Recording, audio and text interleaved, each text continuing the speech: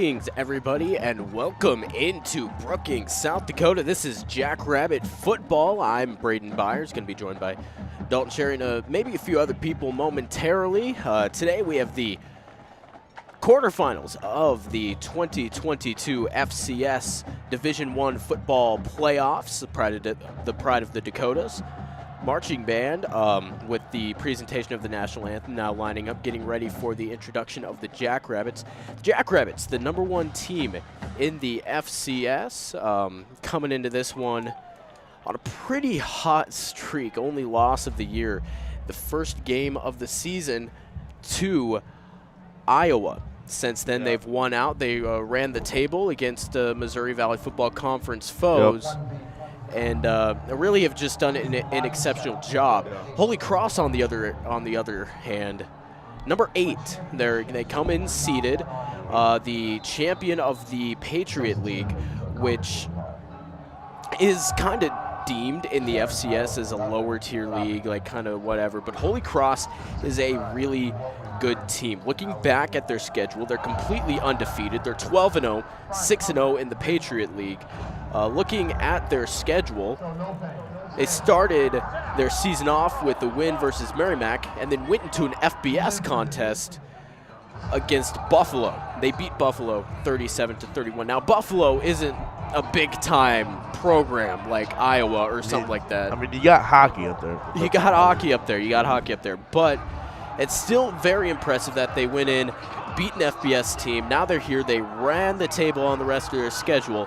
They're right here in Brookings, ready to take on the #1 seeded Jackrabbits. We'll go ahead and step aside for our first break here on KSDJ. And when we come back, we'll have some more analysis leading you all the way up to kickoff. You're listening to Jackrabbit Football right here on KSDJ Radio. This portion of KSDJ 90.7's broadcast is brought to you by Guadalajara's. Located at 1715 6th Street in the Village Square Mall, Guadalajara specializes in authentic Mexican cuisine. Guadalajara's opens at 11 a.m. every day and closes at 10 p.m. Monday through Thursday, at 10:45 p.m. on Fridays and Saturdays, and at 9:30 p.m. on Sundays. Weekly margarita specials are offered Monday through Wednesday. Guadalajara's, a proud sponsor of KSDJ 90.7.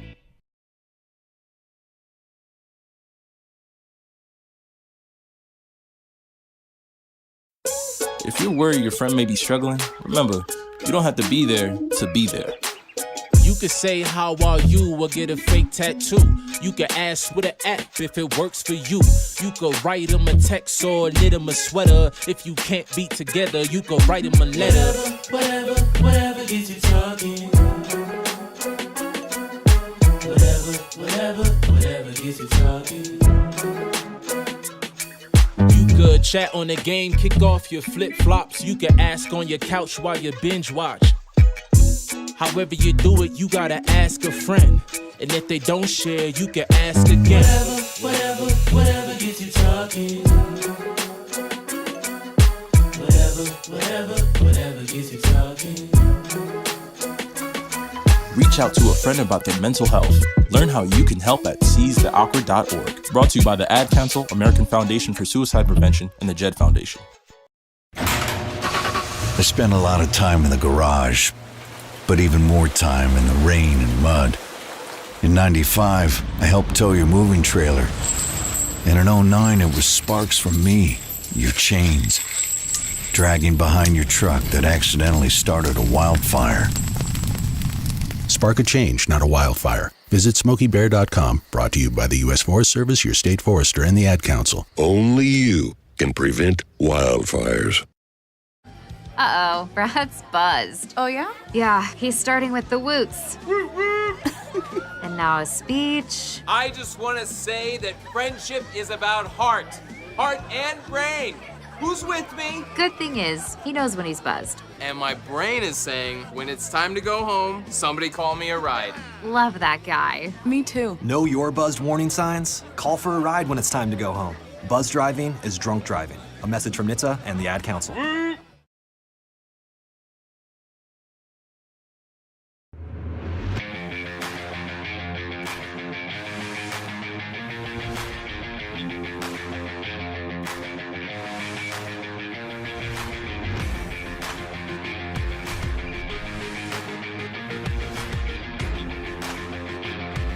Greetings, everybody, and welcome back to Dana J. Dykehouse Stadium. Glad to have you along with us here on KSDJ Radio. Beautiful morning here as we get set to kick things off in the 2022 FCS playoffs quarterfinals. The winner of this one will advance on to the semifinals to take on Montana State.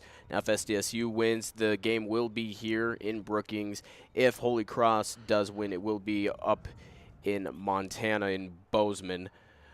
So either way, got a cold game outside, whether it's in Montana or South Dakota in the heart of December. Yep, I feel like it'd be a lot more colder in Montana than it is here, but potentially. It got snowy stands out here from that snowstorm that kind of swept through the area the other day. Left my car completely covered. I know that. Wasn't stuck in. It wasn't very much. It was just enough to cover everything and make everything annoying. Yeah. Sioux Falls got upwards of about 9 inches. 9 inches. 9 inches. Wow. Wow. I couldn't imagine. Yeah, we were just talking the worst snowstorm that I ever experienced. 4 feet last March in Minot, North Dakota. Let's go ahead and listen in to the coin toss. 2022 Division I football championship. Holy Cross University team, what is your call? Tails is the call.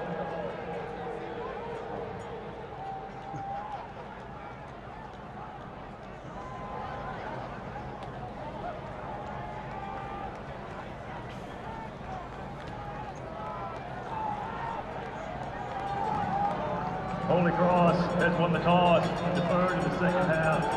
South Dakota State will receive. All right, so Holy Cross won the toss, and they will defer to the second half. So South Dakota State gets the ball first, looking to get that high-powered offense working as fast as they can. Let's take a look at both teams. I guess we'll start out with South Dakota State. Take a look at their offensive starters. Obviously got Mark Gronowski under center with Isaiah Davis, his main back. Amar Johnson getting a lot of touches as well. His main wide receiver is going to be Landon Wolf, the 5'10 senior from Tulsa, Oklahoma. Got Jaden Yonke, a 6'3 senior from Madison, and another 6'3 senior from Madison, Jackson Yonke. Both of them are right at the top of all receiving categories for this Jackrabbit team. Also got the likes of Tucker Kraft and Zach Hines to do a lot of the blocking on the line. Two very good tight ends, definite NFL talent. I know Zach Hines graduates this year, so he's going to go ahead and try and enter the draft. And Tucker Kraft did declare for the draft, so we'll see what happens there. But Mark Gronowski, 196 completions, 300 attempts, and 5 interceptions. He's thrown for 2,377 yards. That works out to about near 200 yards per game, 198 yards per game. He has 19 touchdowns on the year. He commands the offense that is coached by John Stiegelmeier in his 26th season, 195 to 112. Actually, 196 as opposed to 112. He's nearing that 200 career wins mark, and all of them here at South Dakota State.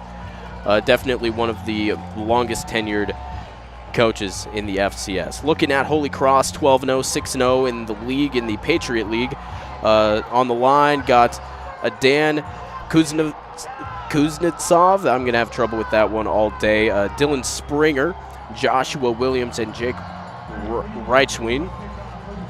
Going at linebacker, Dante Bolden and Liam Anderson. And then in the secondary, they have 5 secondary, just as we saw last week with Delaware. Got Devin Haskins, Terrell Prince, Christos Argus, Walter Reynolds, and John Smith. So Holy Cross, as we said, deferred to the second half, kicking it off from right to left, wearing the white jerseys, and Yonke's going to go ahead and take it, get stopped, and the ball pops out. He got stopped at the 20-yard line. The ball ends up at about the 16, and that is indeed where they will mark the Jackrabbits. Holy Cross wearing their white uniforms with deep purple pants, along with deep purple helmets with their HC logo on it. Also have purple numerals on their jerseys. The Jackrabbits wearing the beautiful white helmets with the Jackrabbit head logo, the glossy Jackrabbit head logo. The blue jerseys with white pants. No trim on either one, but do have white numerals on the jerseys. So Gronowski and company sets up shop. He takes the snap, fakes the handoff, and gets it near side out to Yonke. It's going to be Jackson Yonke at that. He has 51 receptions now, 6 touchdowns, and 12.8 yards per catch. That leads the team in all of those categories. Gain of 11 on the play. And a Jackrabbit first and 10. Just a quick streaking route on the right side, enough yards to move the sticks. Oh, yeah. Things just underway here, 14.5 minutes left. Gronowski in the shotgun takes a snap near the 20-yard line, going behind his line now to the left, down, trying to get to the 30. He can't get stood up by the defense. It's going to be Dante Bolden. He's 40 tackles on the season, make that 41 right there. It looked like they were setting up for a designed quarterback run out that play, and they took the snap and looked, and there was no holes in that line. Yeah, I agree with you there. Nowhere for him to go. He was forced to bump it out to the left and was met immediately by 3 Holy Cross defenders. Nowhere to go on that play for Gronowski. 2nd and 8 now. Ball spotted at the Jackrabbit 28. The motion coming across from Kraft from left to right, just shadowing the line. Now rolling out towards the right is Gronowski at the 30. Tries to make it, gets barely to the 34. It will not be enough for a first down, so that'll set up for a third. Number 85 for the Jacks, Tucker Kraft. Walter Reynolds made the tackle. It's going to be 3rd and 2 at the 34-yard line is where they will spot this. The refereeing crew today of Nolan Dumas, the referee, the umpire Austin Wright, and the head linesman Glenn Branch, the line judge Sean Massengill, the side judge Buddy Ferqueran, and the field judge John Teague. It's going to be a handoff to Davis, streaking down the right field. He broke a tackle, got all the way down to the 50-yard line. That'll be enough to move the chains, and a Jackrabbit first down. He's making plays all by himself, getting out into that open field. One man to make miss. Just gives him a little bit of a stiff arm, slaps him off the ankles, and keeps going. Oh, yeah. So the Jacks break the huddle now, set up a fresh set of downs at the 49, just knocking on midfield, still technically in their own territory. A 2-back set. Got a tight end to his right and a back to his left. He'll hand off to that back. Davis tries to find a hole. He gets met by a couple of Crusaders, and he'll be stopped right at the 50-yard line. Looks like he was met kind of on that right side by one of the Holy Cross defenders who just latched on with 2 arms and maybe even a leg to prevent Davis from moving forward. And Davis was fighting that whole way, still trying to move with a whole man on his left leg. Yep. Was unable to keep moving. I mean, you'd think the Crusaders would put a definite emphasis on stopping the run game after 4 touchdown performance by the Jackrabbits, a 4 rushing touchdown performance by the Jackrabbits last week against Delaware. Yeah, outrunning the whole offense of Delaware. 4 wide receiver set. He'll just hand it off to Davis and find a way to bounce it back out. Gets through the line.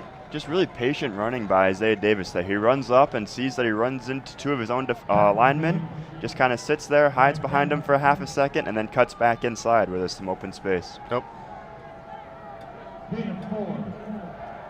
Down to the Crusaders' 45-yard line. It's a 3rd and 4 situation. A little bit of a bunch formation now. Davis behind Gronowski. He's standing at the 50. Claps takes the snap, handoff Davis, powers his way through. It's getting close to the marker. Not sure if he got it, though. Looks like they're going to mark him short, at least preliminarily. No surprise that the Jackrabbits run the ball there, though. Yep.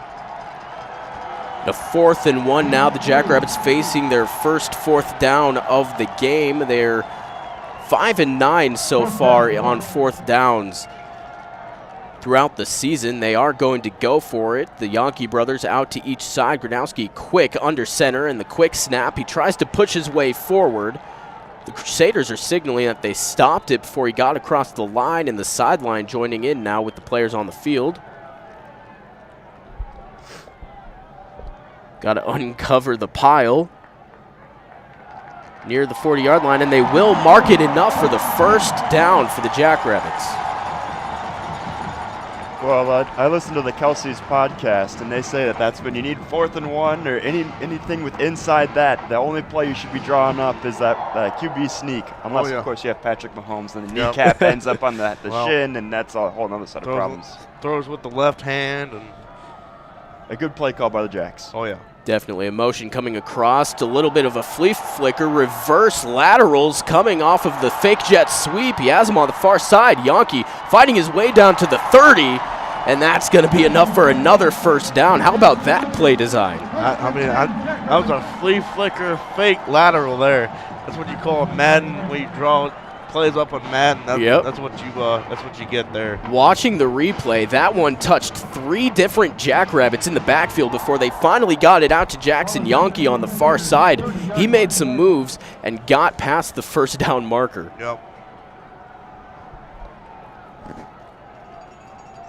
Now setting up a 1st and 10 on the Crusaders 30. The Jackrabbits driving all the way down, starting on their own 16. Gronowski rolling out right. He had some time, and then he didn't. He threw it across his body towards the left side. It's going to be incomplete, intended for Landon Wolf. That ball was thrown just a little bit to the inside shoulder of Wolf, which just gave the defender just enough time to get over and get his hand in the face. If that ball was just a little bit further to the outside, there would have been a better chance for that completion. And then it might have even been a walk-in touchdown at that point. There was nobody between him and the goal line. Yeah, Walter Reynolds on the coverage, and that's all that stood between Wolf and the end zone. That'll set up a 2nd and 10, still on the 30, motioning a couple of receivers. Now 2 to the left. Gronowski takes the snap near his chest, hands off to Davis. He had a little bit of a hole, fights his way down to the 25. Some extracurriculars going on the left sideline there a little bit, but nothing enough for the officials to pull a flag. Absolutely not, and I could tell that the Crusader guy wanted it, but just a little bit of hand fighting. Yeah, the head coach is out there trying to signal, get the ref's attention. Yep. Unsuccessful. Tick down, under 9 minutes left to go in the first quarter. Still no score. 3rd and 5 for the Jackrabbits. A 4-receiver set, 3 to the right. Gronowski in the shotgun near the 30-yard line. Takes a snap and step back, and Kraft will drop the pass. He came on an in route, just couldn't quite secure it. Yeah, that's when you look for the ball and you don't have the ball in your hands, and you look upfield. So you look like you might have been anticipating that hit a little bit too much, trying to find the guy, and just forgot to grab the ball before he started going. Yep, I agree. So now that'll set up a field goal. The field goal unit out there for the Jackrabbits. Heidi to hold, the snap down, and the laces spun forward. It's going to miss towards the left. So a couple of unfortunate circumstances back-to-back that stalled the Jackrabbit drive. They were driving down the field pretty well. They just couldn't come up with anything. Yeah, it's elects not to go for that 4th down conversion this time because he has 5 yards to go. You can't really draw a QB sneak up for 5 yards. Not for 5 yards. That 41-yard field goal just proved to be too much. Kicked it from about the 31-32 with the 10 extra yards in the end zone. Just not enough for that ball to hang on. He was kicking with the wind. We're looking at the American flag. It is blowing a little bit in the south direction from a north directional wind. So he had maybe got a little bit of extra help, but still was unable to put that ball between the uprights. Yep, well, a missed field goal by Dustman will stall the first drive from the Jackrabbits. We'll step aside. Still no score here in the first quarter. The Jackrabbits and the Crusaders. We'll be back here on KSDJ right after this.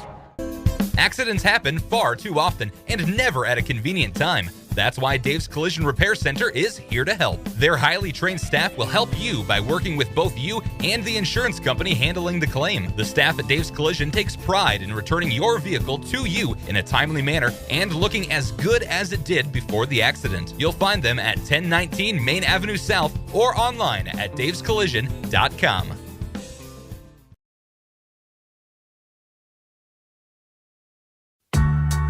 When you're high, you feel different. You think different, you talk different, you draw different, you listen to music different, but you probably knew that.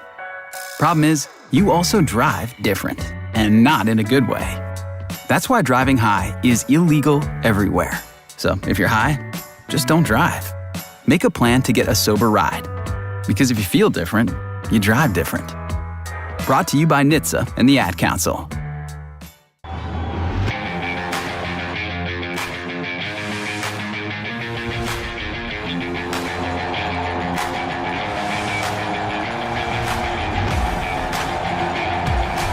Well, the Holy Cross Crusaders come out for their first drive of this game, and the Jackrabbit Nation is getting loud, showing out a lot better this week than it was last week. Yeah, definitely the homeside stands are pretty full, especially between the 20s. So first snap going to be bobbled from the quarterback. He finds a way to keep it, and he goes out towards the far side, trying to find his receiver downfield. That play was doomed from the start. I was going to make a comparison between another quarterback who wears number 9, also named Matthew, in the NFL. Yep. But I don't think I'm going to be making that, at least based off of that first play. No. A little bit of nerves potentially getting to Holy Cross here, getting their feet under them for that first play. Yep, Matthews Luca, number 9 for the Crusaders. He also leads the team in rushing yards. That's something to keep an eye on. Definitely a dual threat quarterback and exceptional talent. A couple of motions as they look over to the sideline to get some signals coming from one of the third-string quarterbacks. Again, here we go. He'll keep it, and that's showing that he can do a lot from the pocket. A couple of yard gain, and that'll set up a third. They liked what they saw Holy Cross did from the Jacks defense, so they must have changed the play from some sort of a pass to a designed quarterback run to get him out on the field. Try and get him jump-started early here. Ticking down to almost 8 minutes left to go. You can hear the crowd. They've been loud throughout this series so far, and they're keeping it right here. 5 receivers set, no backs in the backfield. Sluka steps back, looking downfield, has a man, and that'll be enough for first down, getting near the 45 of the Crusaders. The pocket was collapsing, so Sluka did take a hit as he threw the ball, but he was still able to find his receiver right over the middle of the field for about a 12-yard completion. It's going to be Jalen Coker. Has 45 receptions for 849 yards throughout the year. This time going with 4 receivers. Sluka in the backfield with Oliver. Peter Oliver, the running back. He's going to go ahead and keep it. Had a hole. He's breaking it free. 30. 25-20 down to the 10, and that's going to be in for the touchdown. Wow. Holy Cross getting the first score of the game, showing Sluka is definitely their main power. Yep. That was a design to run the whole way. It was a design run. The receiver or the running back goes out the backfield, Oliver, and it must have just attracted enough attention from the Jackrabbit linebackers and secondary, and opened the middle of the field for Sluka. I don't even think he was touched the whole way. He wasn't touched. From the line of scrimmage into the end zone. So the point after team is out there. The kicker, Derek Ning, and that's going to be up through the uprights and good. So the Crusaders, a quick touchdown, move the score 7-0 against the Jackrabbits. Yeah, they were only on the field for 1 minute and 21 seconds. That's an extremely fast drive and definitely well executed by Holy Cross. I agree. 4 plays, 75 yards to go the length of the field to put up 7 points. That's a quick, powerful statement from the number 8 seed. 7:15 left on the clock in the first quarter. 7-0. Holy Cross up over South Dakota State. We'll step aside here on KSDJ. Come back, have more action for you. You're listening to Jackrabbit Football on KSDJ Radio. Here's a fun fact for you. The average chameleon can point their eyes in 2 different directions. On the other hand, the average human can't. So unless you're a chameleon, there's absolutely no way you can focus on texting and driving at the same time. So don't do it, unless you're a chameleon. Visit StopTextsStopWrecks.org. A message brought to you by the National Highway Traffic Safety Administration, Project Yellow Light, and the Ad Council. Walking into the building for the first time after the shooting, it was crippling, but it had to be preserved. In response to the Pulse nightclub shooting that affected the LGBTQ community, Barbara Poma, owner of Pulse, founded the One Pulse Foundation to honor Pulse victims and survivors. If you're an ally of this community, speak out. There are more of us together than apart. It is the power of love in its rawest form. Join the fight for LGBTQ acceptance. Learn how at lovehasnolabels.com. Brought to you by Love Has No Labels and the Ad Council. This portion of KSDJ 90.7's broadcast is brought to you by Guadalajaras. Located at 1715 6th Street in the Village Square Mall, Guadalajaras specializes in authentic Mexican cuisine. Guadalajaras opens at 11 a.m. every day and closes at 10 p.m. Monday through Thursday, at 10:45 p.m. on Fridays and Saturdays, and at 9:30 p.m. on Sundays. Weekly margarita specials are offered Monday through Wednesday. Guadalajaras, a proud sponsor of KSDJ 90.7.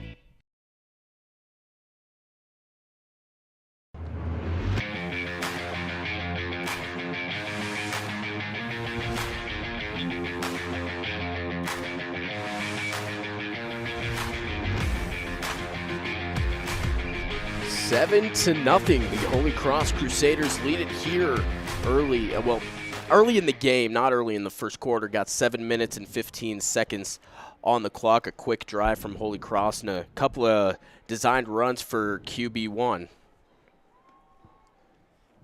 Jackrabbits just didn't seem to have an answer right away on the defensive side. Stopped one run short, one incompletion, and then they just the one, what was that, 57? Yeah, 57. Something like that. Run designed up the middle for Sluka, untouched into the end zone. So the kickoff gonna kind of go high and out of bounds. Kind of a pooch kick. Yeah, I'm not sure if that was necessarily designed, but the Jackrabbits are gonna get really good field position to start off their second series.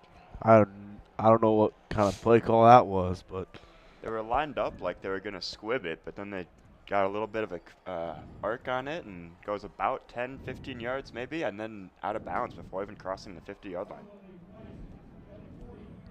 I think they were trying to get the special teams off guard there. But like the first kickoff in that Super Bowl. Yep. Onside. Oh, yeah. And I'm all for that. I mean, hey, go for it. Especially because it didn't work. Exactly. No, it didn't work at all. Two receivers off towards the right. Gronowski takes a snap, sweeping from left to right as Davis cuts upfield, gets near the 30, and is finally brought down. That's a good way to start off the second drive, trying to prove a statement here that, hey, you're in our town. We're not just going to let you run all over us. Oh, yeah. He had three Jackrabbit blockers, so he had two gaps to try and hit, and one defender to play chicken with, figure out who's going to go into which gap. Yeah. Defender made the right decision, stopped him, but not after he got downfield and picked up 12 yards. Yep, Isaiah Davis already 37 yards on 5 carries today. He's over 1,000 yards. He came into this game with 1,036. So a 1,000-yard rusher in Davis, and another handoff to him, and it gets down to the 25. A lot of power gets him all the way down to near the 20. 5 defenders on Isaiah Davis's back, I believe, by the end of that play. I know.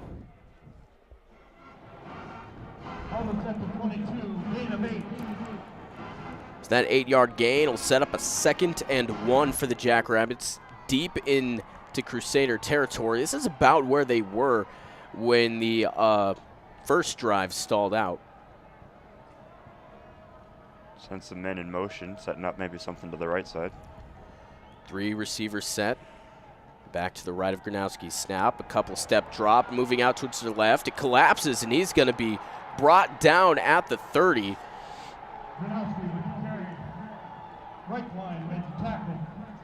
Let's see, was that Landon Wolf on that left side? Yeah, Landon Wolf. That was Landon Wolf. Gronowski was staring down the whole time on that left side. Right, took the snap and immediately started looking that way. So they meant to go left.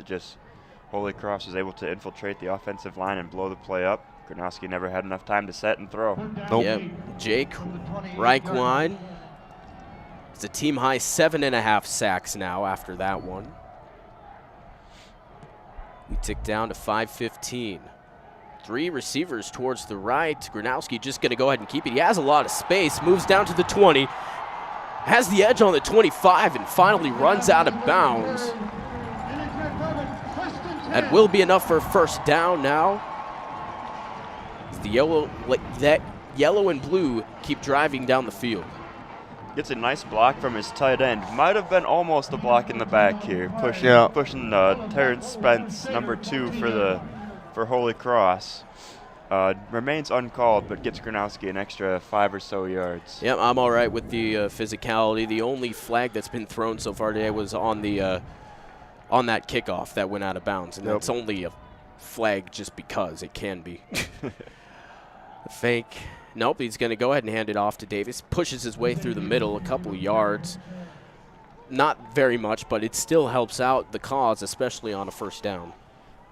Pushes the Jackrabbits' total yards on offense up to 91 with 6.5 minutes of total time of possession. Nearing that triple-digit mark for yards. Second down, 7 yards to go. 4 minutes left in the first quarter. Glad to have you along with us on KSDJ. Shotgun snap, Gronowski going to keep it, trying to hit the left side. He makes a man miss. He fights his way down to the 12-yard line before he gets pushed out of bounds. Tackle was made by Christos Argus.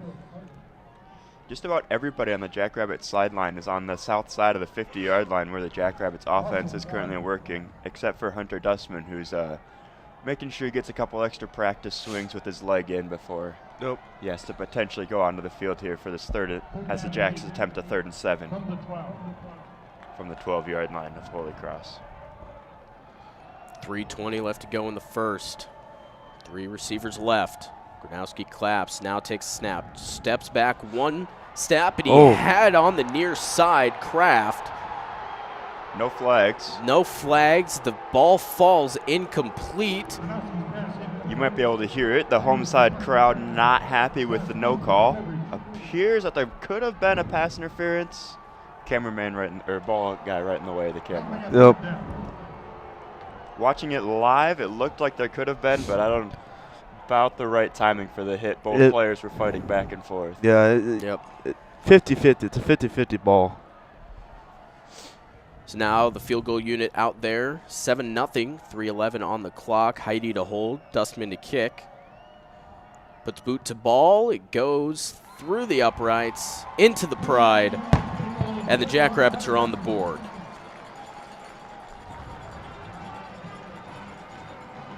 7-3, you can't get into the end zone, but you'll take the points that you can get, obviously showing the high-powered offense of the Crusaders. Yeah, that drive really stalled after starting at about the 43-yard line of the Holy Cross. It ended at the 12-yard line with that 3-point field goal try, which Hunter Dustman comes out and puts directly in the middle. I don't know if it could have been much more down the center. So 7-3, Holy Cross leads South Dakota State. 3 minutes and 7 seconds left to go in the first. We'll step aside once again here on KSDJ. You're listening to Jackrabbit Football on KSDJ. I spent a lot of time in the garage, but even more time in the rain and mud. In '95, I helped tow your moving trailer. And in '09, it was sparks from me, your chains, dragging behind your truck that accidentally started a wildfire. Spark a change, not a wildfire. Visit SmokeyBear.com, brought to you by the U.S. Forest Service, your state forester, and the Ad Council. Only you can prevent wildfires. Uh-oh, Brad's buzzed. Oh, yeah? Yeah, he's starting with the woots. And now a speech. I just want to say that friendship is about heart and brain. Who's with me? Good thing is, he knows when he's buzzed. And my brain is saying, when it's time to go home, somebody call me a ride. Love that guy. Me too. Know your buzzed warning signs? Call for a ride when it's time to go home. Buzz driving is drunk driving. A message from NHTSA and the Ad Council. Accidents happen far too often and never at a convenient time. That's why Dave's Collision Repair Center is here to help. Their highly trained staff will help you by working with both you and the insurance company handling the claim. The staff at Dave's Collision takes pride in returning your vehicle to you in a timely manner and looking as good as it did before the accident. You'll find them at 1019 Main Avenue South or online at davescollision.com.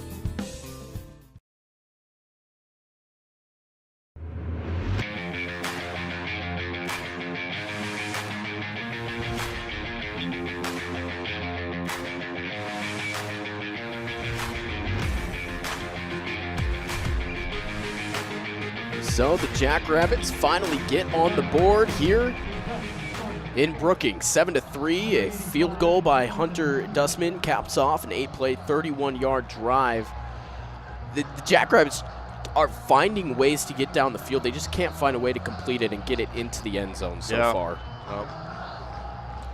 Well, they certainly have a lot of support from the student section. It's the east side's about half full, and the other side is about a quarter.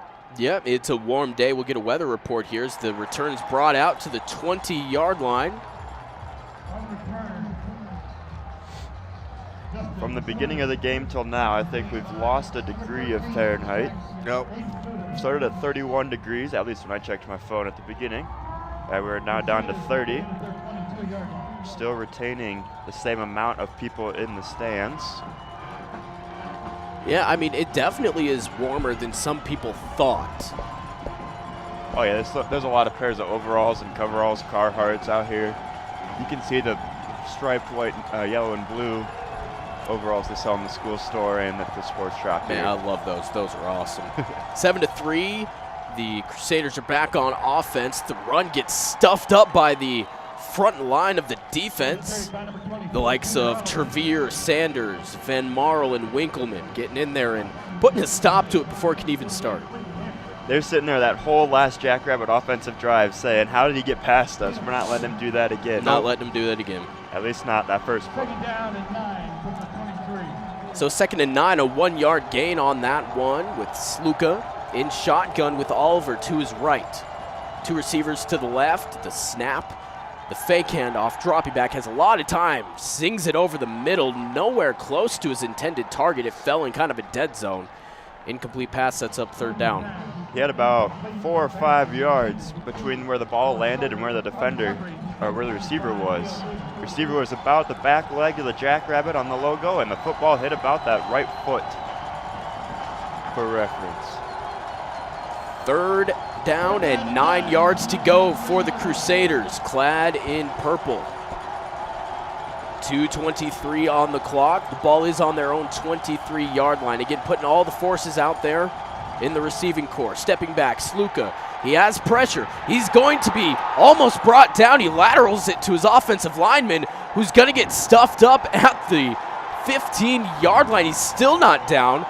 Finally, onto the turf. Brought down, and it looks like they came out with the ball. Sanders holding the ball. I mean, I doubt that it was a fumble. He was definitely down, but still just showing the fact that this defensive line has stepped it up a notch. Oh, yeah. Well, you could see Chesney and Podensky, the backup quarterback for Holy Cross. They're out there making some modifications to the play beforehand. I can't imagine that's the modifications they wanted. Yeah, definitely not. The punt is high. I almost got blocked. Yankee's going to fall down between the 50 and the 45-yard line of the Jackrabbits, and they'll set up shop at the 47. So I'd say that defensive bout went about as well for the Jackrabbits as you could hope. Nope. It just maybe a little bit more, maybe a turnover, maybe a pick six. Nope. But it's definitely a step up from the first drive where Sluka broke one on you. Well, you got to wonder what they were talking about in the defensive huddle after that last touchdown by Holy Cross. What they changed of their defensive scheme to prevent all these runs from going. Obviously very successful, forcing a 1-yard run and then a turnover. So now Gronowski sets up a motion from Hines. Play action, stepping back, a couple step drop, fires it down the field. He has Yankee. It's complete down to the 10-yard line. He falls down. They might even mark him a little bit past the 10. That was just a one-on-one streak ball by Yankee and Gronowski. Sets up, throws, and just let him run out and get under the ball, run under the ball. Using the passing attack a little bit, something they didn't show a lot of last week because they didn't have to. Down to $1:05 on the clock. Set up on the 9-yard line with the first and the goal to go. Gronowski has Johnson in the backfield, claps once in a bunch formation, and he'll hand it Johnson. Cuts it out towards the left, down to the 5, around the 6 actually. Fights one defender and runs into another, ultimately taken down at about that 6-yard line. Now he'll make that substitution and he'll come out and Isaiah Davis will come in. Get some fresh legs for this rushing attack from the 6-yard line. The clock is ticking down. They will have to run one more play as the play clock is down to 14 and the game clock is down to about 18 now. Gronowski takes that snap, looking towards the right, has Yankee one-on-one, and it's batted away. Again, the crowd reacting like they wanted a pass interference. This one was closer than the last one for a pass interference call. Terrence Spence from Ringwood, New Jersey on that one, and that is batted away. Puts up the little Dikembe Mutombo. One-on-one coverage on that outside, and Holy Cross able to get lucky and get one batted down. I had to throw the Mutombo reference in there. I'm a Knights fan. 7-3, 8 seconds. The clock is stopped and whistles come in. And it's going to be a timeout by the Jackrabbits. Want to talk some things over. They have to, if they have to run a play at the end of this first quarter, you might as well make sure it's a good one and maybe go into the second quarter with the lead.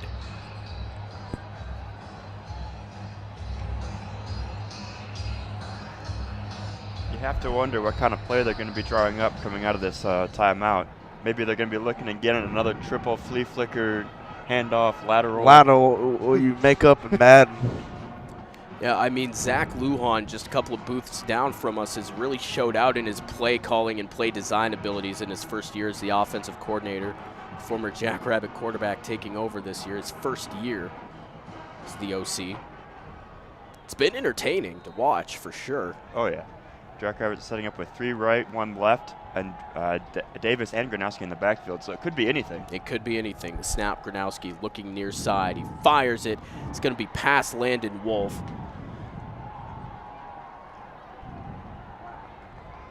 Just trying to catch him on a drag route. Looks like going across the goal line from right to left. And miscommunication, not on the same page, something. That ball falls incomplete. Looks like they're going to take the easy points here. That's what I would do.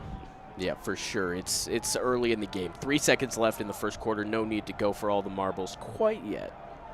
Especially with 6 yards to go, yeah. You've been attacking them 6 yards for the last 3 plays. Might as well take the points now. 7-3, Heidi to hold, Dustman to kick. It's down, and it is good once again. 7-6 now. The Jackrabbits put 3 more on the board. That will bring us to the end of the first quarter as well. So we're going to go ahead and step aside here on KSDJ. When we come back, second quarter action. You're listening to Jackrabbit Football on KSDJ Radio.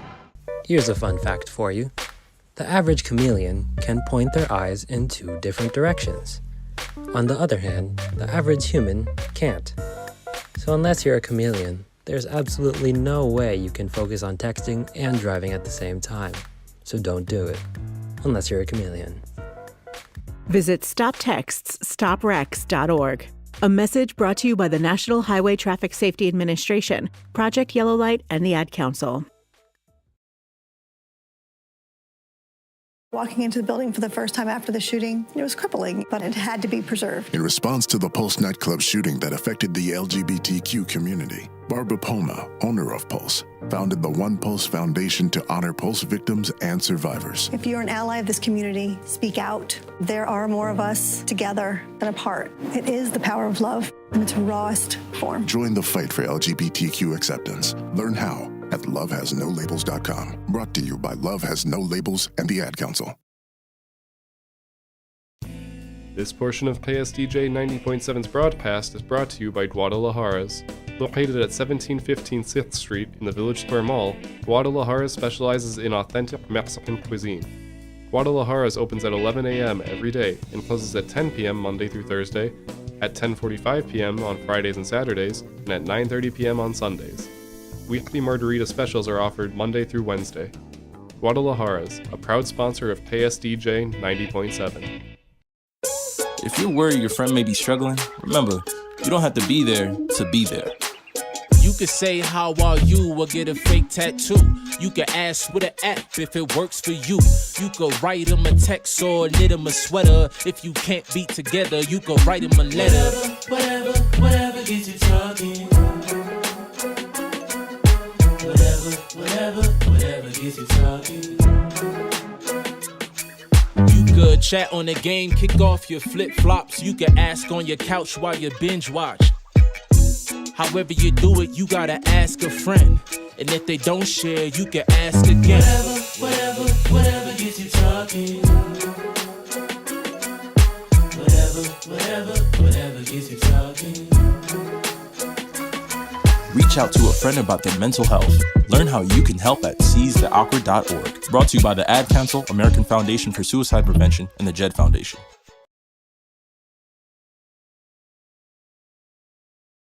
The coach.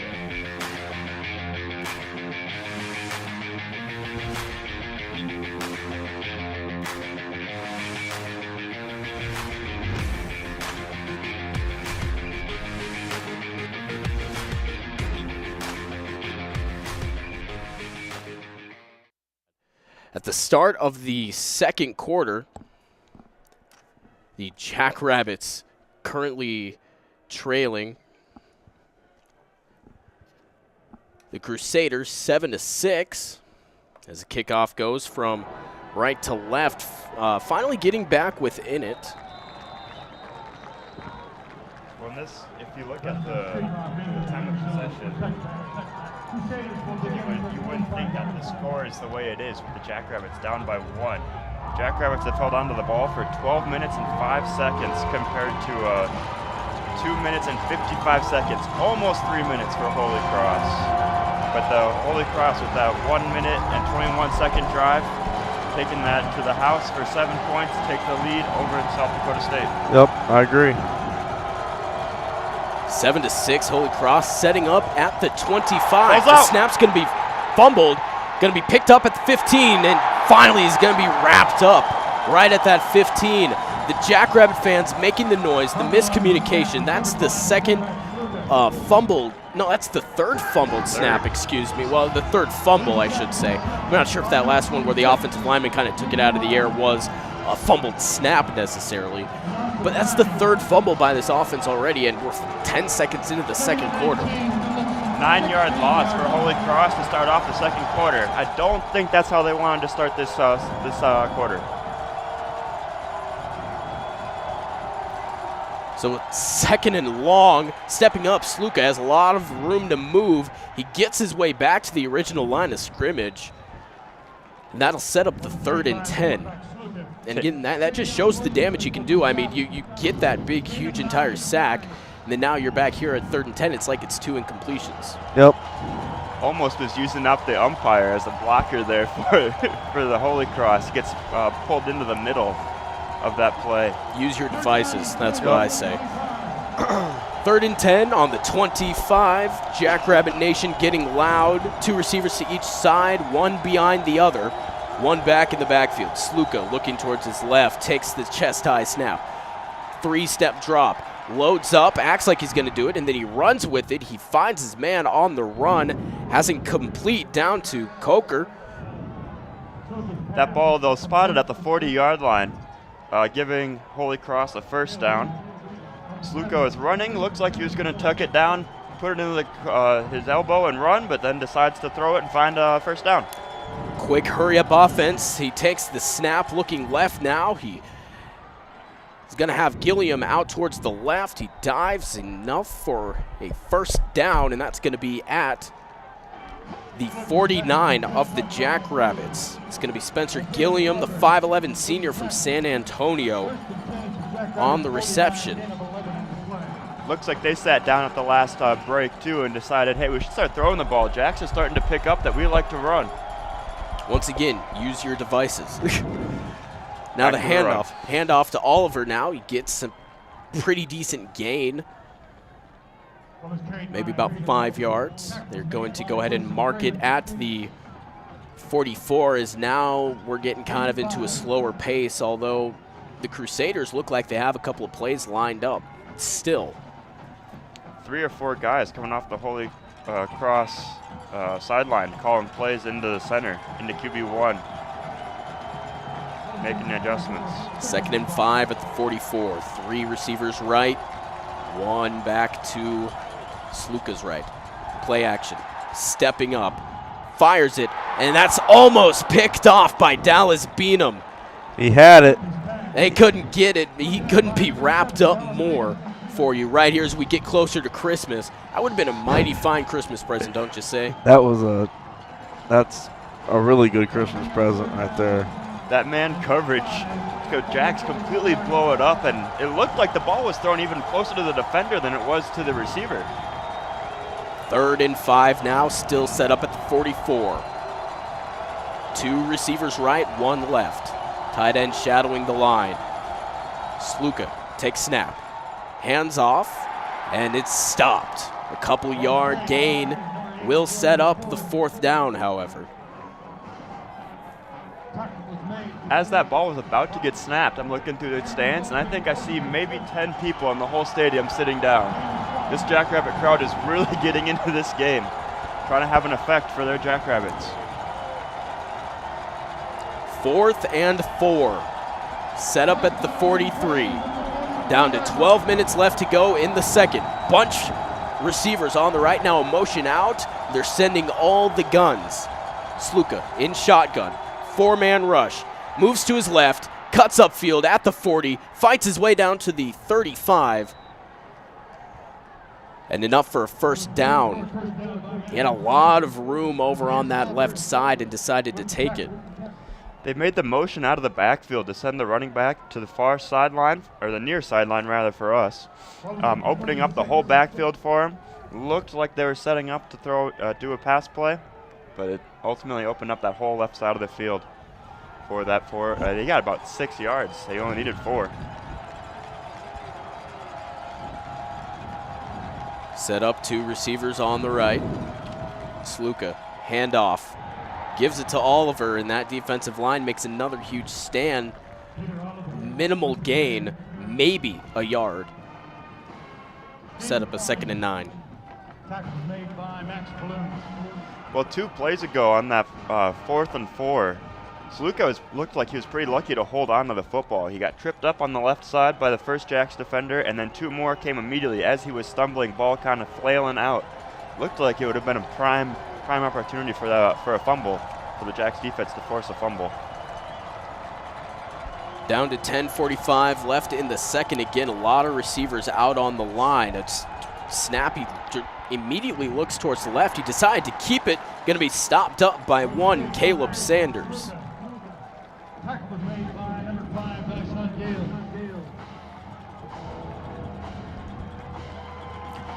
Gales and Sanders combining on that one.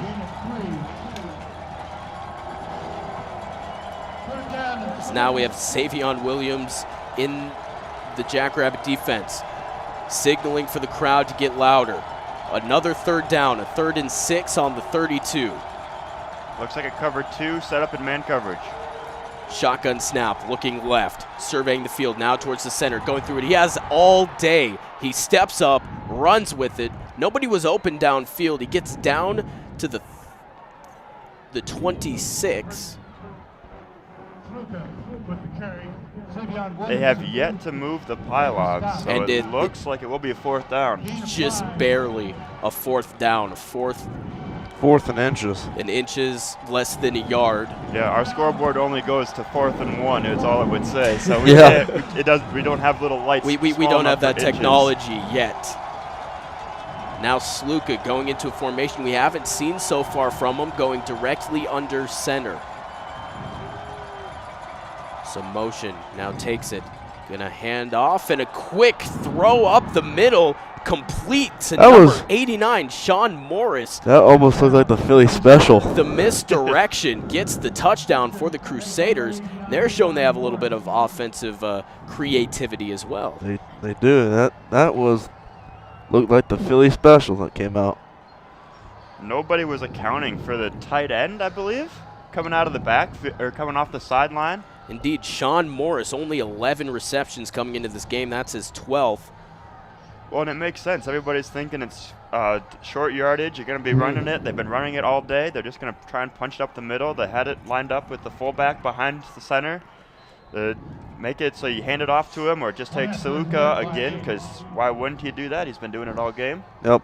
Catches the Jackrabbit defense off guard and able to flip it over them. Doesn't even have to be an accurate throw, just enough time for the receiver to get underneath the ball and pull it down and walk into the end zone. The extra point by Ing is good. 14-6 is the score. The Jackrabbits have yet to score a touchdown. We'll see if they can do that on the next drive. 9 minutes and 10 seconds left to go. You're listening to Jackrabbit Football on KSDJ Radio. I spent a lot of time in the garage, but even more time in the rain and mud. In '95, I helped tow your moving trailer. And in '09, it was sparks from me, your chains, dragging behind your truck that accidentally started a wildfire. Spark a change, not a wildfire. Visit SmokeyBear.com, brought to you by the U.S. Forest Service, your state forester, and the Ad Council. Only you can prevent wildfires. Uh-oh, Brad's buzzed. Oh, yeah? Yeah, he's starting with the woots. And now a speech. I just want to say that friendship is about heart and brain. Who's with me? Good thing is, he knows when he's buzzed. And my brain is saying, when it's time to go home, somebody call me a ride. Love that guy. Me too. Know your buzzed warning signs? Call for a ride when it's time to go home. Buzz driving is drunk driving. A message from NHTSA and the Ad Council. Accidents happen far too often and never at a convenient time. That's why Dave's Collision Repair Center is here to help. Their highly trained staff will help you by working with both you and the insurance company handling the claim. The staff at Dave's Collision takes pride in returning your vehicle to you in a timely manner and looking as good as it did before the accident. You'll find them at 1019 Main Avenue South or online at davescollision.com. When you're high, you feel different. You think different, you talk different, you draw different, you listen to music different, but you probably knew that. Problem is, you also drive different, and not in a good way. That's why driving high is illegal everywhere. So if you're high, just don't drive. Make a plan to get a sober ride. Because if you feel different, you drive different. Brought to you by NHTSA and the Ad Council.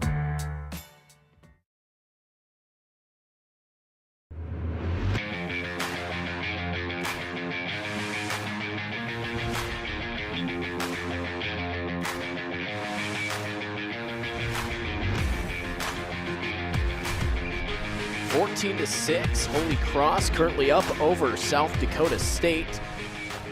9:10 left to go in the second quarter. Kickoff goes from left to right from Ing and is brought down by Jaden Yonke. Brings it up, makes a move up to the 30, the 25 now, the 30, dives forward to the 34-yard line. And that's where the Jackrabbits will set up shop. A nice spin move by Yonke to make a defender not as completely miss, but not get a good enough hold on him to bring him down. So he's able to add an extra yard or two to the end of that play. So, fellas, what do the Jackrabbits need to do to finally punch it into the end zone? They have 6 points, and that is only because of 2 field goals so far for Hunter Dustman. 14-6 is the score. The Crusaders obviously having 2 field goals. What do they need to do to finally put that punctuation mark on it? You need to get the Yonke twins more involved. They have one big play over the top for a big gain, and that's about it. Isaiah Davis is most of the offense right now, and he can't remain that way if the Jackrabbits want to continue to move on in these playoffs. Yep. He hits the edge on the far side, the right side for the Jackrabbits as they're moving right to left down the field from south to north.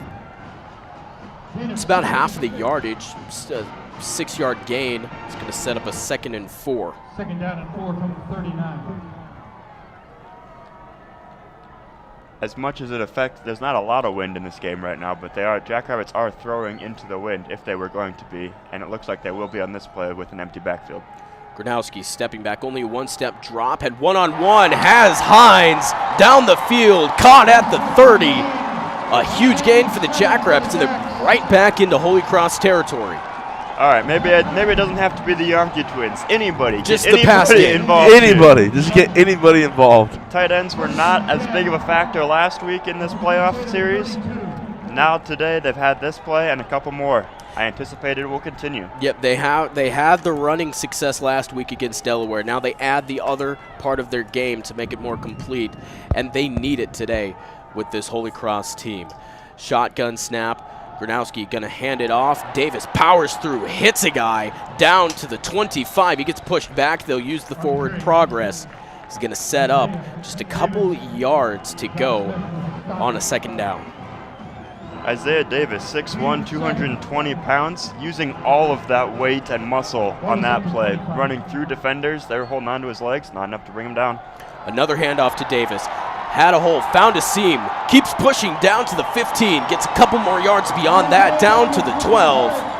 They're going to mark him at the 13, but an excellent display of, as you said, that power from Davis. All 6 feet, 220 pounds of him. Well, and I've seen him around campus quite a few times. Most of those 221 pounds are below the waist. He's got quite large legs. Hard to stop him. Very hard. Just under 7 minutes to go in the 2nd quarter. 1st and 10 on the 13. Just 13 yards to go. Gronowski, chest high snap, play action, looking towards near side. Had Kraft, he just got out of reach. The ball just a little bit beyond him. Well, in hindsight, it's always going to be 20/20 here, but quite literally, it's Hines' sight.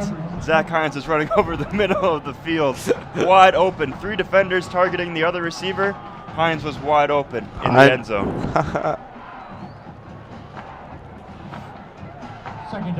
You rendered a play-by-play broadcaster speechless, Paul. That was amazing.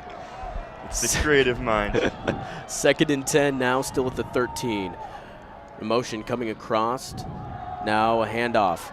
Davis tried to cut outside, got stopped. Tried to cut inside, got stopped. Maybe a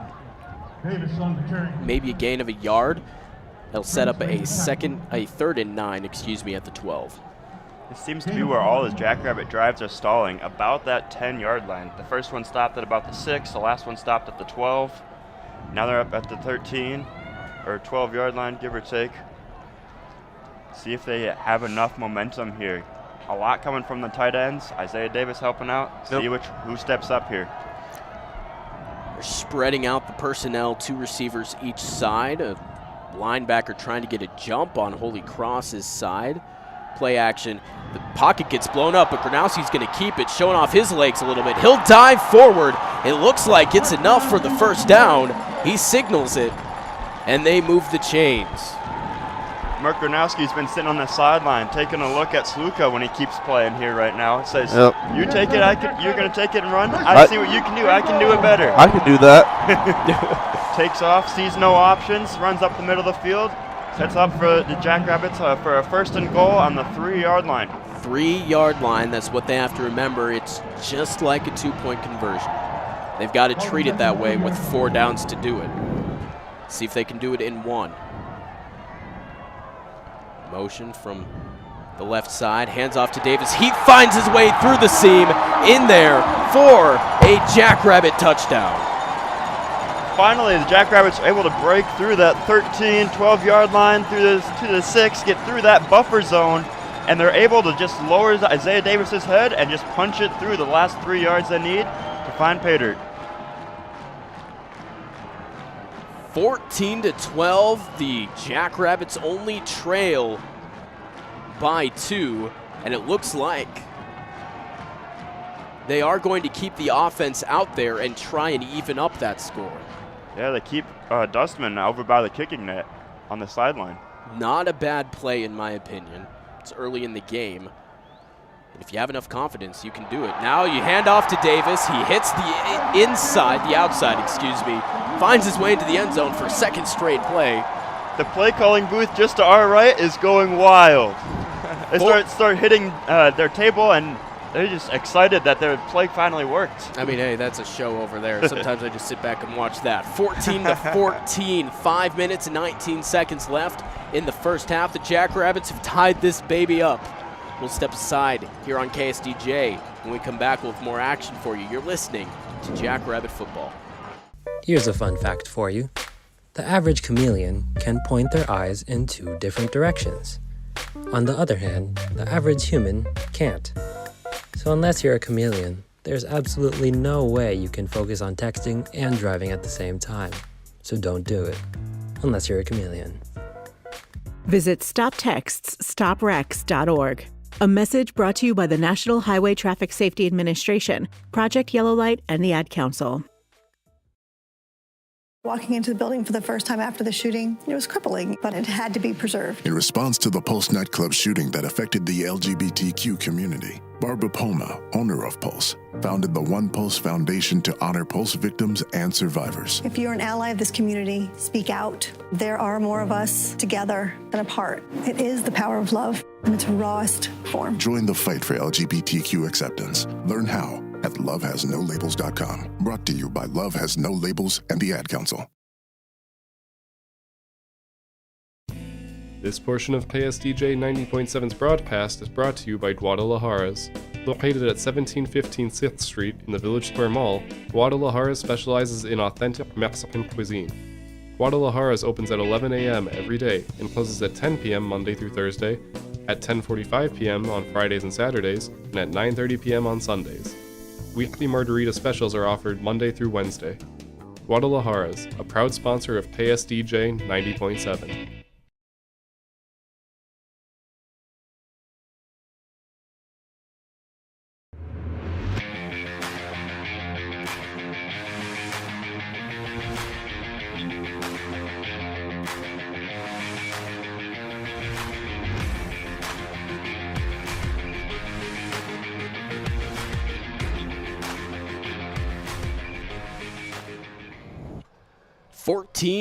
to 14, ladies and gentlemen, we have a tie ball game. 5 minutes, 19 seconds left to go in the half. Jackrabbits able to put together an 8-play drive that goes 67 yards, only takes up 3 minutes and 43 seconds. Capped off with a 2-point conversion with Isaiah Davis crossing from the right to the left. Kickoff goes from right to left, and it'll be into the end zone for another touchback. So the Crusaders get the ball back. 5:19 left to go. A lot of time to work with. They'll get it at the 25. Now let's just see if the Jackrabbit defense can end up holding it.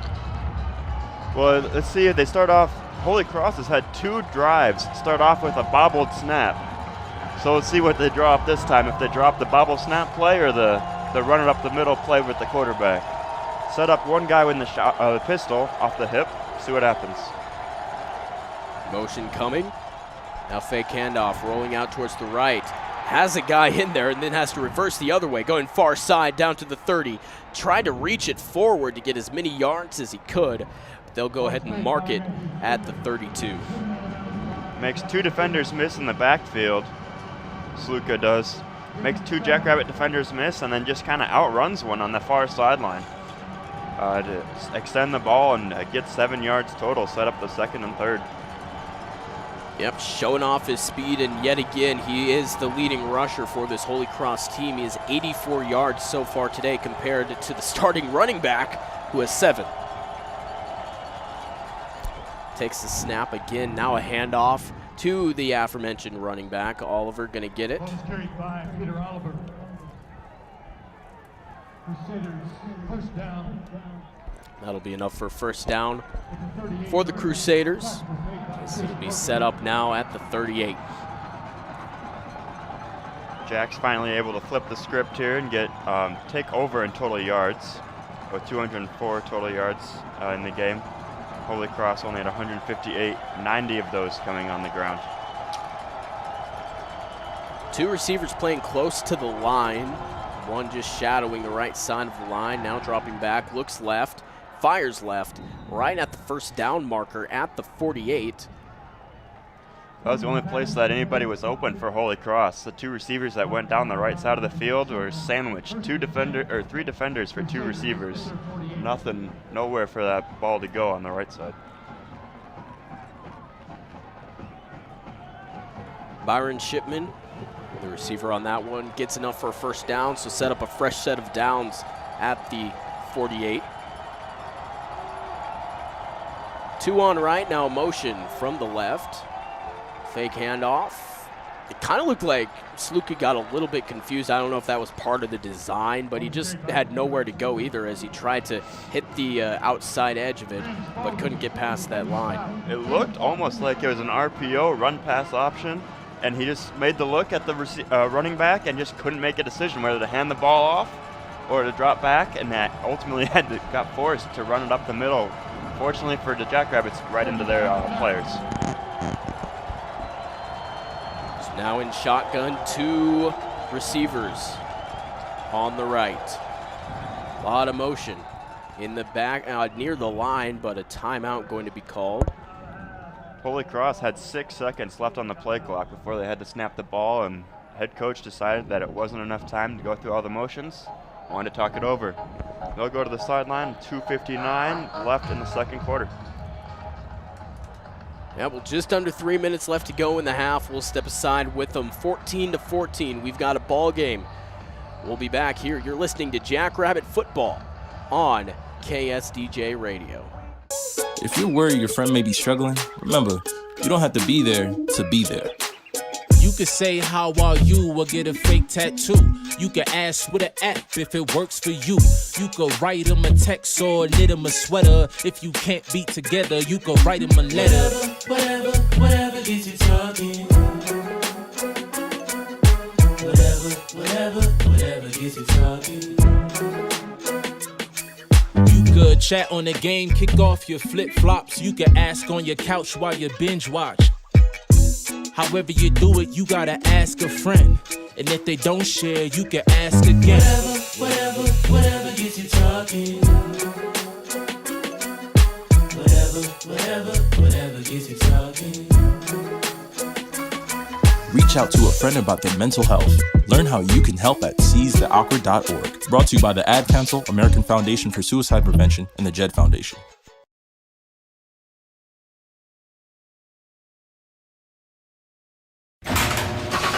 I spent a lot of time in the garage, but even more time in the rain and mud.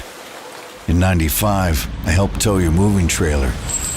And in '09, it was sparks from me, your chains, dragging behind your truck that accidentally started a wildfire. Spark a change, not a wildfire. Visit SmokeyBear.com, brought to you by the U.S. Forest Service, your state forester, and the Ad Council. Only you can prevent wildfires.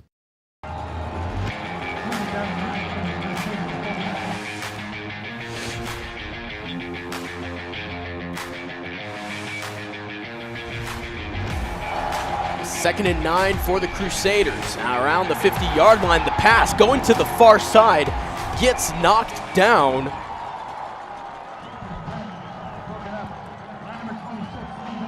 We have Stephen Arell celebrating. I think he's the one that got a paw on it. Checking the replay. And indeed it was Stephen Arell with the knockdown. Now setting up a 3rd and 9 for the Crusaders. Trying to get something going. The Jackrabbits looking to stop it and maybe still have some time left over. 3rd and 9, definitely not something Holy Cross hasn't overcome already, but... The pass down the middle, almost gonna be ripped away by Dyshawn Gales, the team leader in interceptions with 3, almost had a 4th there. Walks away from that play, buckling his seatbelt. He's got that guy strapped down. 4th and 9.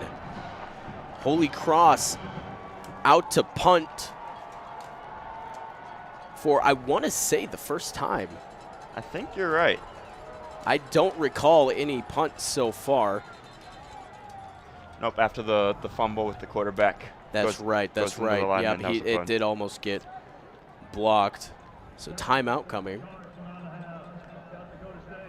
I think South Dakota State going to take that one, and with that we will step aside once again. 2:51 left to go in the first half.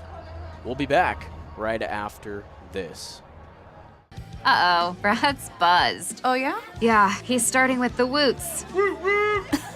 And now a speech. I just want to say that friendship is about heart and brain. Who's with me? Good thing is, he knows when he's buzzed. And my brain is saying, when it's time to go home, somebody call me a ride. Love that guy. Me too. Know your buzzed warning signs? Call for a ride when it's time to go home. Buzz driving is drunk driving. A message from NHTSA and the Ad Council.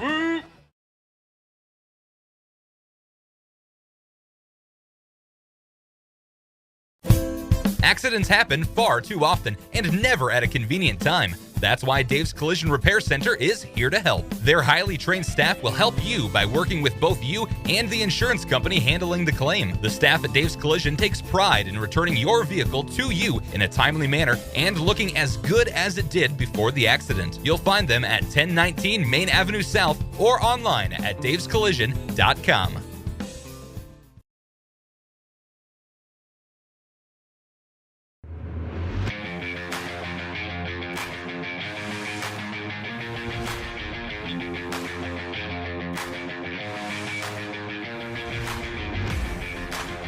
.14, 2 minutes and 51 seconds left to go in the first half. The Jackrabbits going to get another shot at this as it's 4th down and 9 yards to go. The timeout from SDSU before Holy Cross can get the punt away. Leaves the Jackrabbits with only one timeout left available to call. There is still another one on the field at that 2-minute mark, but has to make you think ask what Stig is drawing up here for this final 2 minutes and 50 seconds. Yep, and I hate to jinx it if it does happen, but it's been a pretty fast first half. It has only taken an hour and 10 minutes of time for the first half. Real world time, yeah. But there's still about 3 minutes left to go. And a big part of that is there's not very many penalties. High snap. The punt is going to be high as well, end over end. Brought down by Yankee at the 20. A fair catch, and that's where they will set up.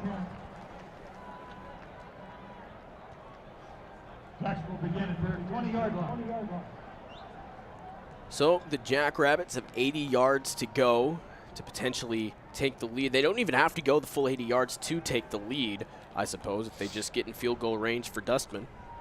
Which apparently, according to our first drive, is closer than the 31-yard line. That's where his first attempt was from that he missed. Pulled it a little, or pushed it a little bit too far to his left. Yeah, Dustman, a season long of 45, just couldn't quite get it to go that time. Ranowski takes snap, keeps it, try to hit the edge, and it gets brought down behind the line of scrimmage, probably lost 1 or 2 yards.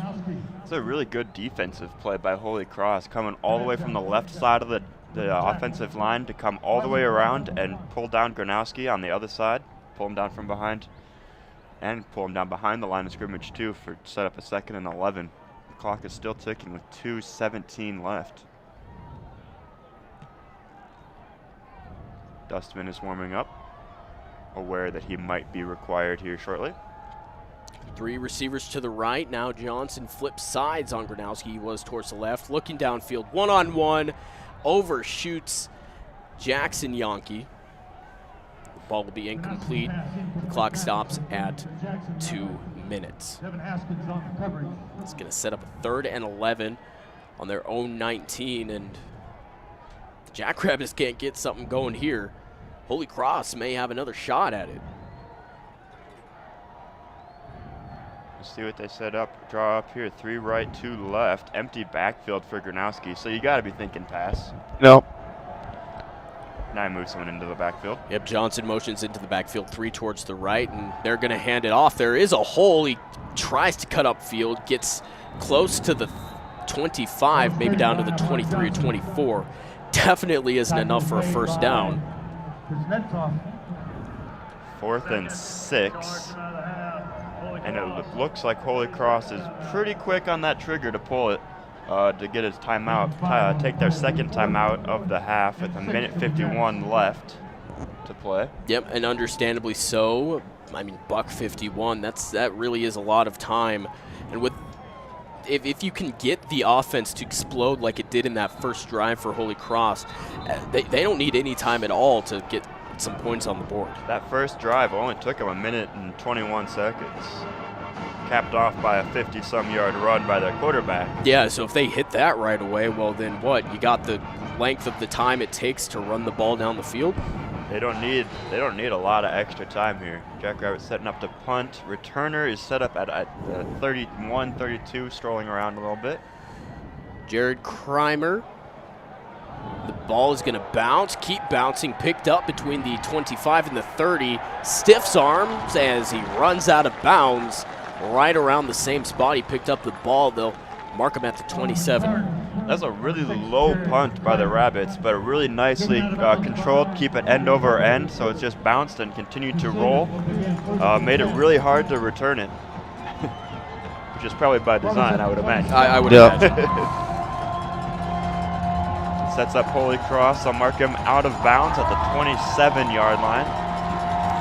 $1:44, all knotted up at 14. The Jackrabbit crowd gets loud as the defense is on the field and Holy Cross backed up near their own end zone. 2 receivers each side, now the back motioning out towards the right. 3 receivers on that side now. It's going to be kept by Sluka, diving his way up past the 30, down to the 31 or 32. Decent chunk on that one. Yeah, picks up maybe about half of what he needed to for the first down. Exactly half, according to the scoreboard. 2nd and 5 now at the 32. A quick offense.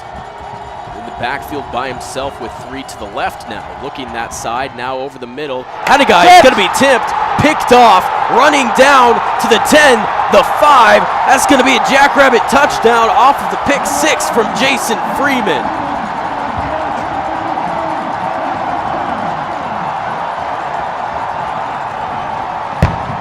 Minute 8 on the scoreboard. The Jackrabbits get a pick 6 to take the lead. Sluka was just trying to throw a quick little dump-off pass to his running back coming right across the front of the field, 5 yards deep. Throws it just a little bit too high, goes up, unable to make the connection with the ball, or makes the connection with the ball, tips it right into the Jackrabbit defender's hands, and only thing between him and the end zone was open field. Snap down and the laces faced outward. The kick is up and good, and the Jackrabbits have a 7-point lead, 21-14. Just a minute and 8 seconds left to go in the first half. Just how Stig drew it up, I suppose. That's exactly how he drew it up. The defensive-minded coach, I'm sure he's happy about that one, and that's the best possible situation that could have came of that.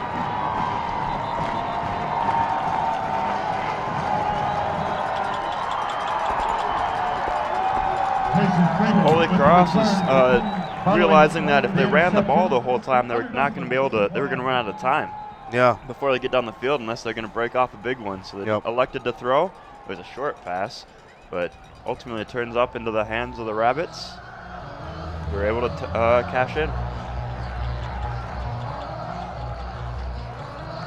Give some energy back to this crowd right before halftime. So both units are out there back to receive the kickoff. Going to be Justin Shorter and Tyler Purdy. Kicking from right to left is Duskman and the Jacks. Nice kick, spiraling end over end, brought down. It bounces just over the edge and will go into the end zone, much to the chagrin of the Jackrabbit fans. I was about to say, what a punt. What a punt, yeah. Had a good backspin on it, lands at about the 1 or 2 yard line. The receiver decided to let it go, and almost paid the total price for it. So now they'll set up 1st and 10 on the 25. Once again, the Crusaders only have a small amount of clock to do something with. And 1 timeout to work with, too, so they can't even stop it. Buck 8. Again, going with near that same formation, this time a back in the backfield, 3 receivers to the left. Chest high snap, stepping back. Sluka looking downfield, decides to keep it, outruns the defensive line, and he gets hit near the secondary. Immediately pops up after he's tackled and calls the timeout. The Jackrabbit taking him down, Graham Spalding. Takes 9 seconds off the clock for that running play. Holy Cross is going to talk it over, stop the clock, and take advantage of it to talk it over. You have to imagine they're sitting there looking to try and find a deep field threat to get some points on the board. Even if you pick up only about 50 yards, get about 50 yards, put them in field goal range, and decrease the 7-point deficit before they go into halftime. Yeah, I mean, we talk about Sluka and his running ability, but he has over 2,000 yards passing as well. On top of that, 26 passing touchdowns. So he can sling the rock if he needs to. Jack set up with a deep cover 1, about 25 yards down the field. 2nd and 3, high collarbone, high snap. He pump fakes a bunch of times, finally finds a guy all by himself. Jalen Cocker gets it up to the 45. And again, that hurry up, the clock ticking. Now that it's been set, 2 receivers off to each side. Again, shotgun snap, 1-step drop. Has to move out towards his right, near sideline. Can't get the pass complete. Down to Shorter. Receiver is unable to make the catch with his feet. I wonder if that's what they meant to do. I would imagine not. But I would think probably not. Fortunately for Holy Cross, that incompletion does stop the clock, though. There we have 40 seconds left to try and do something with as they set up, looks like out of the pistol formation. 2nd and 10 in that pistol, 3 receivers right. Oliver to his left, Sluka, another snap, stepping back, 3 steps, steps up in the pocket now, fires it to Cocker, tried to make a man miss, couldn't get out of the grasp, down to the 45 and inside Jackrabbit territory. Jackrabbits are more than happy to let that play go by. Obviously, they'd like to have an incompletion, but they keep him from stepping out of bounds. Quickly up to the ball, stepping back, looking near side, and again, a quick completion down to the 35 now, just those small steps, getting at Coker again. The repetition and the rhythm, down to 14 seconds now. They can't quite stop the clock. That ball's gonna fall incomplete, and that is a way to stop the clock, I suppose. 8 seconds left to go in the half. They're set up at a 3rd.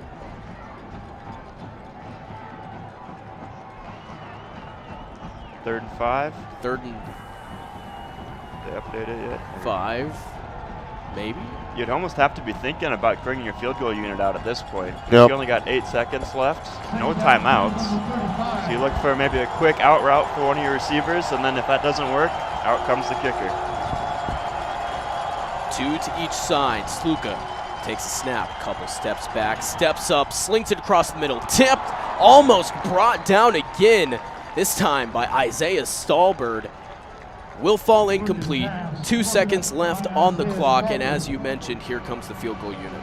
That's about the best possible outcome outside of a touchdown for Holy Cross, because that was in the hands of a Jackrabbit defender, and almost on the tip was almost in the hands of another Jackrabbit defender. Stallbird almost had his first interception of the year, but now Ing out to finish things off for the Crusaders. Ing to kick, to hold, Patrick Howney, Jack McCauley to snap. Kicking into the wind. Snap, hold, the kick up, it's spiraling end over end, and it will not be good. It lands about out the back of the end zone on that side, that baseline there. Obviously not to the upright, so he gets no points for it. Very good attempt otherwise, though. 21-14, the Jackrabbits take the lead into halftime. When we come back here on KSDJ, we'll have the Jackrabbit halftime report. We'll take a look around the world of sports, take a look at the first half stats. You won't want to miss it. You're listening to Jackrabbit Football on KSDJ Radio. If you're worried your friend may be struggling, remember, you don't have to be there to be there. You could say how are you or get a fake tattoo. You could ask with an app if it works for you. You could write him a text or knit him a sweater. If you can't be together, you could write him a letter. Whatever gets you talking. Whatever gets you talking. You could chat on the game, kick off your flip-flops. You could ask on your couch while you binge watch. However you do it, you gotta ask a friend. And if they don't share, you can ask again. Whatever gets you talking. Whatever gets you talking. Reach out to a friend about their mental health. Learn how you can help at seizetheawkward.org. Brought to you by the Ad Council, American Foundation for Suicide Prevention, and the JED Foundation. I spent a lot of time in the garage, but even more time in the rain and mud. In '95, I helped tow your moving trailer.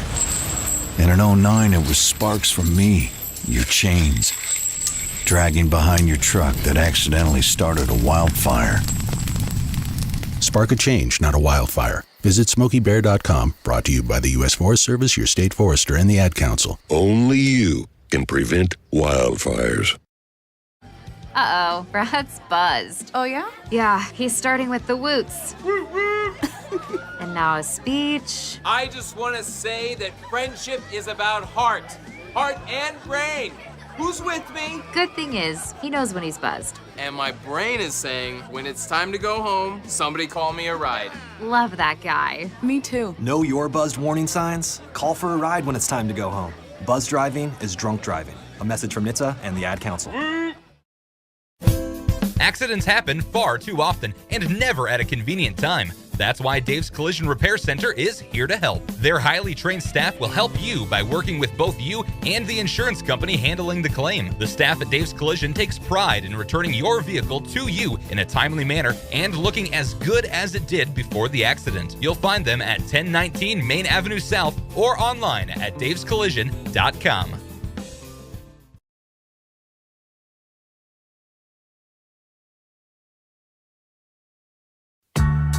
When you're high, you feel different. You think different, you talk different, you draw different, you listen to music different, but you probably knew that. Problem is, you also drive different, and not in a good way. That's why driving high is illegal everywhere. So if you're high, just don't drive. Make a plan to get a sober ride. Because if you feel different, you drive different. Brought to you by NHTSA and the Ad Council.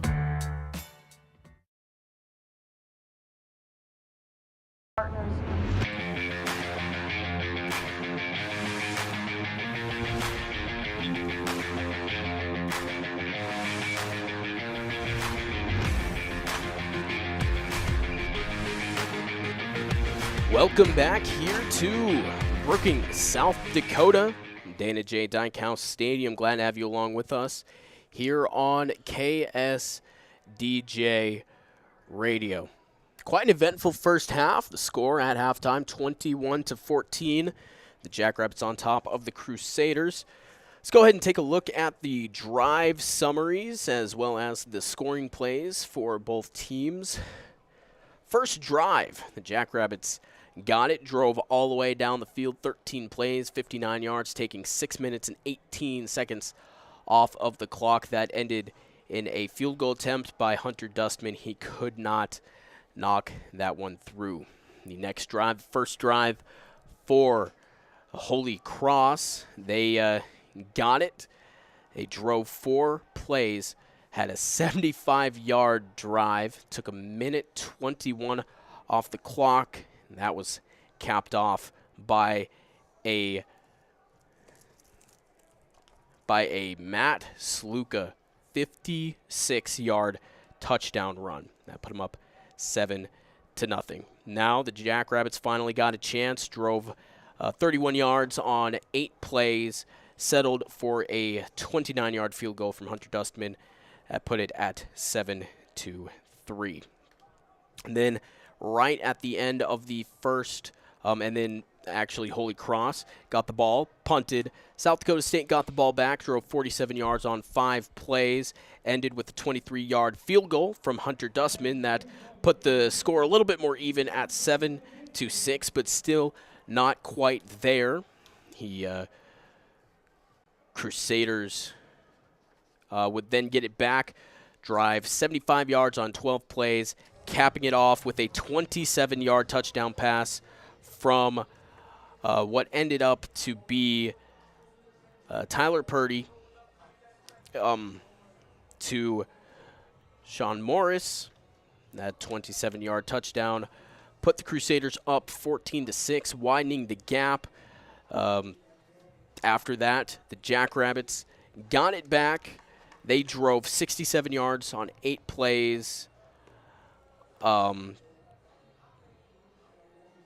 67 yards on 8 plays. That was capped off with an Isaiah Davis 3-yard touchdown rush. That tied everything up at 14-14. And then another drive just at the end, near the end of the second half. Holy Cross on the second play of their drive. They'd only gone 5 yards, taken 36 seconds off the clock. Jason Freeman comes up with a huge interception, runs it back the full 37 yards, hitting it in stride. The PAT is good.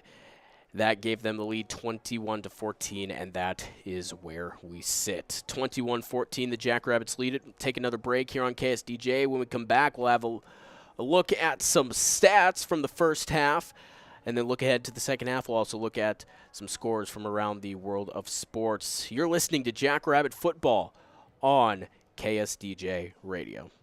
I was in the middle of the Atlantic Ocean when it happened. There was a sudden jolt and our submarine crashed on the seafloor. We were in total darkness. That's Dr. Dejana Figueroa, a marine biologist and STEM teacher, talking about a deep sea dive she'll never forget. It's funny, when I was a kid, I was afraid of the ocean, and there I was, 2 miles below the surface. But as a scientist, you prepare for that. Using our training and a little creativity, we fixed the sub and finished our experiments. The dive was just too important. Every dive gives us glimpses at things few people ever get to see. Glowing creatures, fiery undersea volcanoes. When we got back to the surface, I kissed the ground and called my mom, of course. But you know what? I wouldn't trade that dive for anything. Dr. Figueroa uses her passion for STEM to discover new things and make the world a better place. She can STEM, so can you. Check out She Can STEM for more stories and inspiration. A message from the Ad Council. Here's a fun fact for you.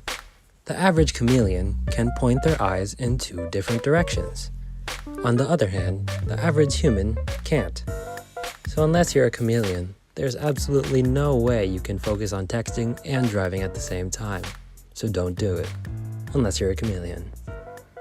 Visit StopTextsStopWrecks.org.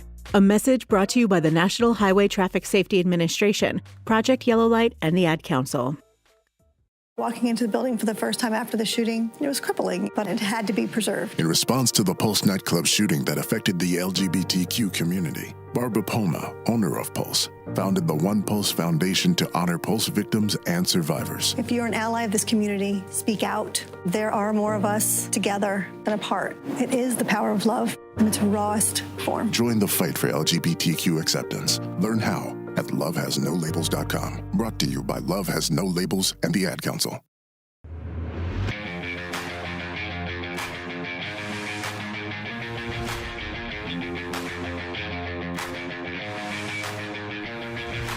All right, welcome you back into Dana J. Dykhouse Stadium at halftime here between Holy Cross and South Dakota State.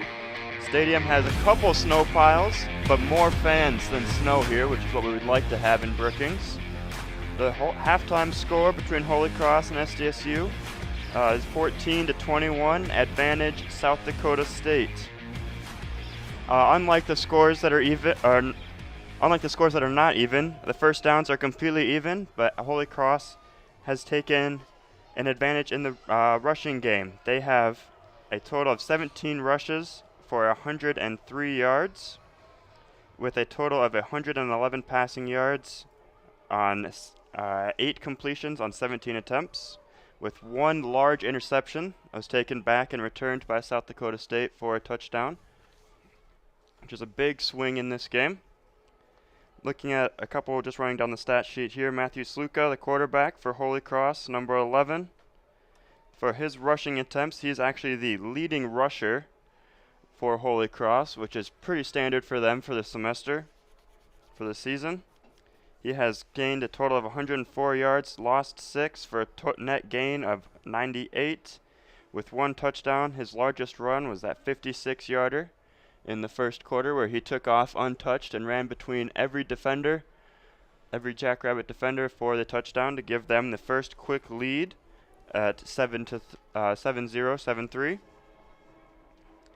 Their second rusher is Peter Oliver, number 4, gaining only a total of 13 yards, averaging 3.2 per rush. And then their third rusher is Jordan Forrest, who has only gained a single yard. Moving into their passing stats, Matthew Sluka has completed 7 passes on 16 attempts with one interception for a total of 84 yards, with his longest completion being for 15. Surprisingly enough, they have a second stat for passing with Tyler Purdy, their third string running back, is 1 for 1, a perfect 100% completion percentage for 27 yards and 1 touchdown. They have 3 receivers that are have notable yards. Jalen Coker is a perfect 5 for 5 receptions for 63 yards with 13 yards after the catch, and his longest is 15. Sean Morris is 1 for 1 on receptions, 1 reception on 1 target for 27 yards, 10 yards after the catch, and he has the receiving touchdown. Spencer Gillum has 3 targets and 1 reception for 11 yards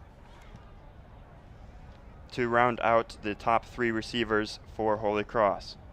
Moving into South Dakota State territory, as I mentioned, they have 10 first downs to match Holy Cross and have 22 rushes in the game for 110 yards to outdo Holy Cross. For their passing yards, South Dakota State has a complete total of 98 complete yards, 5 for 12 on passing so far this afternoon. They do have that 1 interception that was 37 yards, picking off Matthew Sluka and returning it for a touchdown. And the other big stat difference, on a quick comparison between the two teams, is South Dakota State is 3 for 3 on red zone scores per chances. They've been in the red zone 3 times and converted all 3 times with points. Isaiah Davis is South Dakota State's leading rusher, gaining 77 yards with 1 touchdown, averaging 6.4 yards per rush. Mark Gronowski is behind him, gaining 28 and losing 8 for a net total of 20 yards, averaging 2.9 yards per rush. And Amar Johnson is the third rusher for South Dakota State, gaining 13 and losing 0 for a net total of 13 yards, averaging 4.3.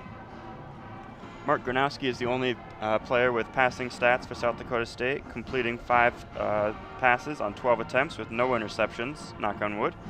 He has 98 total yards with those completions, with his longest for 41, and he has been sacked once.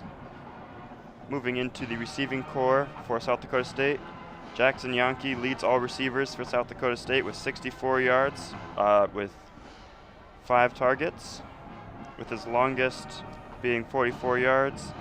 The tight ends are right behind him. Zach Hines has 29 yards, and Tucker Kraft with 5. Looking at the defense, the one player that's notable here is, or one of the players that's notable here is for Holy Cross. Jake Reichwin has 4 total tackles and 1 sack, which is his tackle for loss. All of these set up quickly to result in the final score that we have at the half, or for the half, of 21-14, advantage South Dakota State. All right, that was a Quick look at the first half stats. We'll take another quick break here on KSDJ, and we'll come back, take a look around the world of sports. You're listening to Jackrabbit Football on KSDJ Radio. I was in the middle of the Atlantic Ocean when it happened. There was a sudden jolt, and our submarine crashed on the seafloor. We were in total darkness. That's Dr. Dejana Figueroa, a marine biologist and STEM teacher, talking about a deep sea dive she'll never forget. It's funny, when I was a kid, I was afraid of the ocean, and there I was, 2 miles below the surface. But as a scientist, you prepare for that. Using our training and a little creativity, we fixed the sub and finished our experiments. The dive was just too important. Every dive gives us glimpses at things few people ever get to see. Glowing creatures, fiery undersea volcanoes. When we got back to the surface, I kissed the ground and called my mom, of course. But you know what? I wouldn't trade that dive for anything. Dr. Figueroa uses her passion for STEM to discover new things and make the world a better place. She can STEM, so can you. Check out She Can STEM for more stories and inspiration. A message from the Ad Council.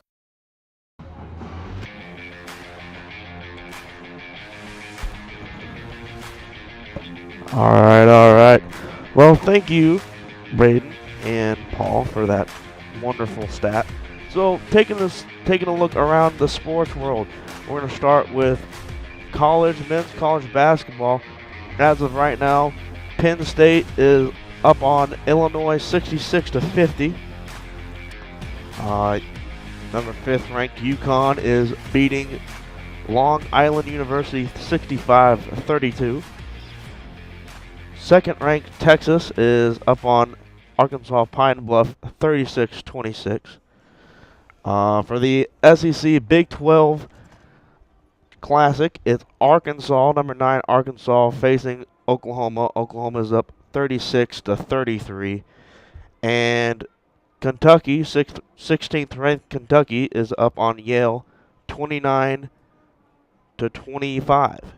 Taking a look around the baseball world, MLB baseball free agency. So, a lot of things happening there. So the Padres just signed Alexander Boguets for a major deal for 11-year, $280 million. That's a lot. That's a lot of money. And so we're gonna go to the. I know you guys been probably wondering about the World Cup. Well, U.S. sadly did not make it, but so the World Cup is still going on right now.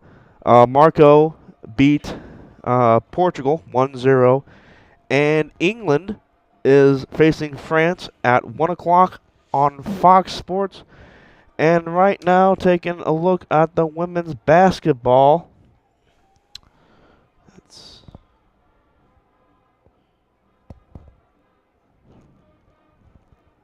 Well,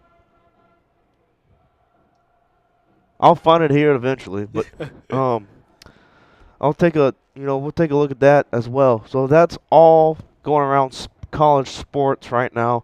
Thank you so much for hearing my unsettling voice here. So I'm going to give it back to Braden and give it back to you. Yeah, all right. Well, let's go ahead and take a look around some more local areas here. Taking a look at some local high school sports. Clark Willow Lake taking on number 2 ranked Sioux Valley in high school boys basketball at 4:30. Sioux Falls Lutheran also taking on Esteline Hendricks at 6 in Sioux Falls at Sioux Falls Lutheran. Then looking at the big boys, Sioux Falls Roosevelt receiving votes in the latest media poll, taking on number 1 ranked Sioux Falls Jefferson at 7 at Roosevelt High School. In girls high school basketball, Clark Willow Lake also taking on Sioux Valley. That will be at 6. Looking local in boys and girls club hockey, Stillwater taking on the Brookings Rangers. That happened at 8:30 a.m. No score reported on that. In girls hockey, the Aberdeen Cougars taking on the Brookings Rangers girls team up in Aberdeen. In terms of wrestling, they have the Cossack Avalanche tourney over in Volga, taking part in that. Brookings Dual/Dubrook area, Sioux Falls Jefferson, Sioux Falls Lincoln, and Sioux Falls Roosevelt. That started at 10 a.m. in Volga.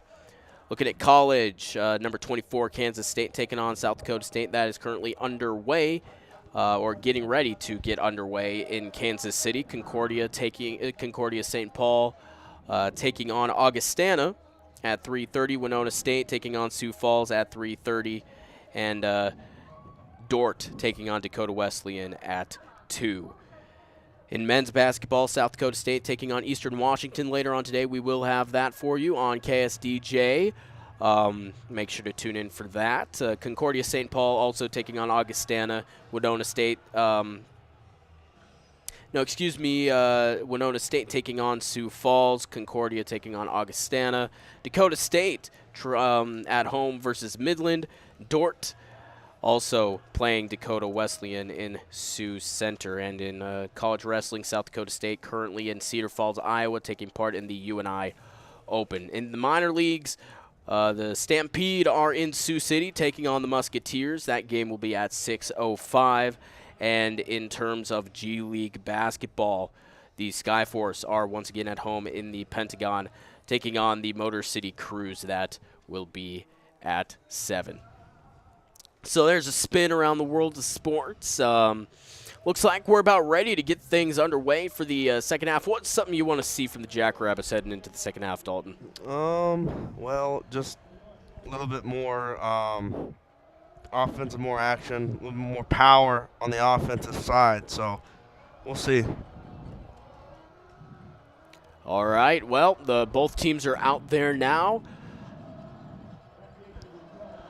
Both teams getting loose. I hate to say this, Crusaders. The Crusaders sideline seems a little bit more pumped than the Jackrabbits, but that doesn't necessarily mean everything. No. Okay, we keep that in mind. So 21-14, the Jackrabbits currently lead over the Crusaders, going from left to right. Jackrabbits in their blue jerseys with white pants and white helmets. It's going to be taken deep in their own territory, returned all the way back past the 15-yard line and all the way out to probably the 17. See, Paul? Math. Numbers and things. Numbers and things are not my things. Counting is hard sometimes. Counting is very hard. Set up shop at the 17-yard line. The Crusaders offense will come out as they deferred. They won the toss and deferred to the second half. And, well, this is the second half. So we're glad to have you along with us here on KSDJ. Snap straight up the middle. Going to be stopped after a couple-yard gain. Not looking very dynamic coming out of halftime. Usually you'd like to see something where they'd come out and start swinging, big swings, big hits. Holy Cross just comes up with a really simple handoff up the middle. Classic play. Classic play. Down to 14 and a half minutes left to go in the second quarter. 3 receivers to the right, 1 to the left. Sluka in shotgun, chest high snap, straight handoff to Oliver again. This time runs into a wall, but spins away from it, down past the 25, and he gets it to the 26.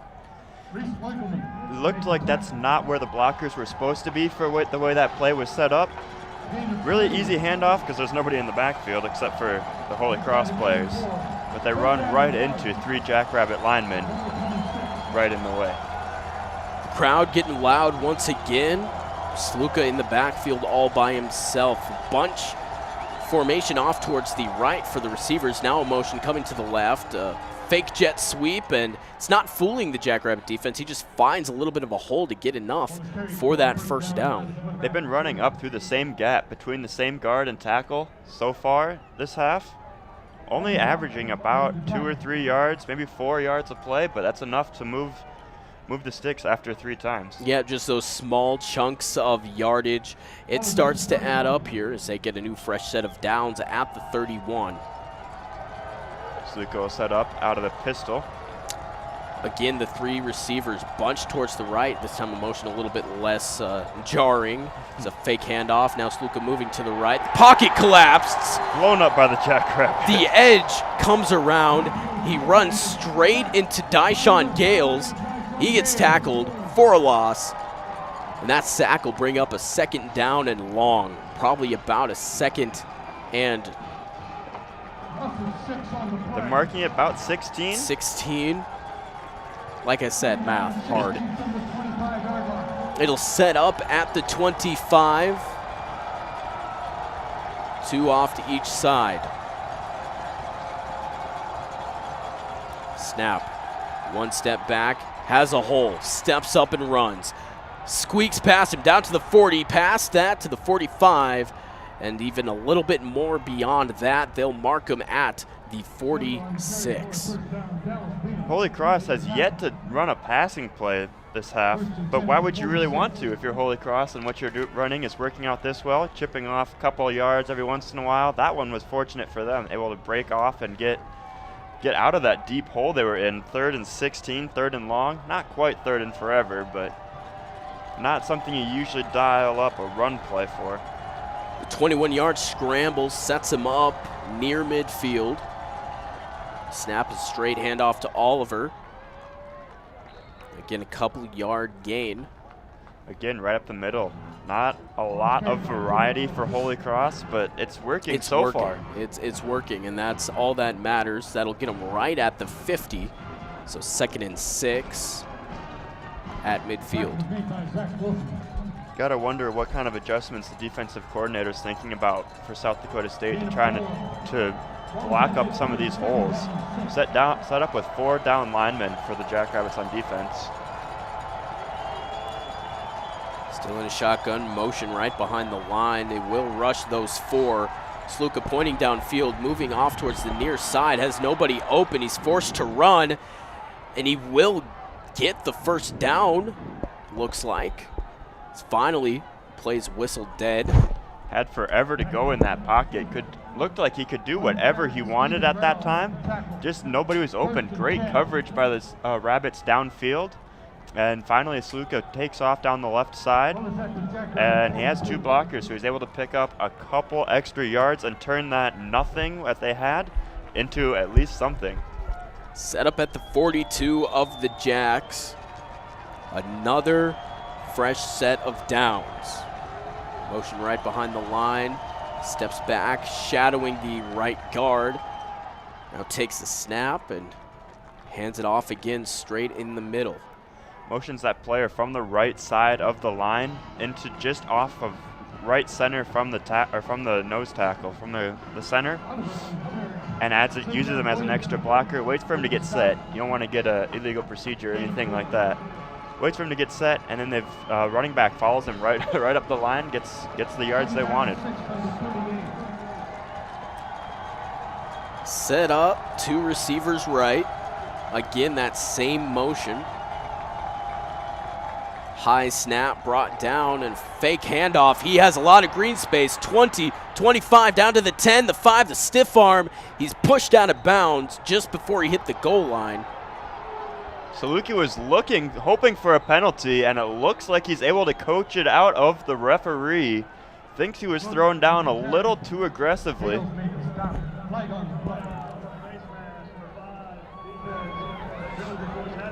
Our referee confirms it from the 15-yard line on the near side hash. Calls the 15-yard or the face mask penalty, which will extend the drive that was already moving. Gives them half the distance to the goal since the penalty occurred on the 2-yard line. So the massive 1-yard penalty for the Jackrabbits sets up Holy Cross from the 1-yard line. Indeed, that face mask on Dyshawn Gales will set up a 1-yard to go situation, a handoff to Oliver. He'll get stuffed, however, right at the 1-yard line. So almost all 22 players on the field were in that little box right in front of the goal line. Not enough room to get his feet down to keep running forward. Still set up at the 1, now a 2nd down. Some personnel switches coming from both sides. Looks like we got man coverage on the right side of the line. 2 receivers out, each covered by 1 Jackrabbit. Snap high, brought down. Oliver pushes his way through, signals touchdown all the way around, and Holy Cross gets back on the board, 21-20 as it stands. Not a lot of extra flair. Had two receivers, one-on-one coverage on the outside. Never looked their way. So, I have a final. I know that you're talking about sports at halftime, but I do have a final for the women's. Fifth ranked Notre Dame beat Merrimack 108-44. So, that's a nice complete game right there. Snap and the hold is good. The kick is good for Eng. It's the third field goal, I think. Third extra point to end up on top of the Student Athlete Center today. Like to keep track of that. Yep, so that'll tie things up at 21 apiece. 8:59 left to go in the third. We'll step aside here on KSDJ. Glad you're with us. You're listening to Jackrabbit Football on KSDJ Radio. This portion of KSDJ 90.7's broadcast is brought to you by Guadalajara's. Located at 1715 6th Street in the Village Square Mall, Guadalajara specializes in authentic Mexican cuisine. Guadalajara's opens at 11 a.m. every day and closes at 10 p.m. Monday through Thursday, at 10:45 p.m. on Fridays and Saturdays, and at 9:30 p.m. on Sundays. Weekly margarita specials are offered Monday through Wednesday. Guadalajara's, a proud sponsor of KSDJ 90.7. If you're worried your friend may be struggling, remember, you don't have to be there to be there. You could say how are you or get a fake tattoo. You could ask with an app if it works for you. You could write them a text or knit them a sweater. If you can't be together, you could write them a letter. Whatever gets you talking. Whatever gets you talking.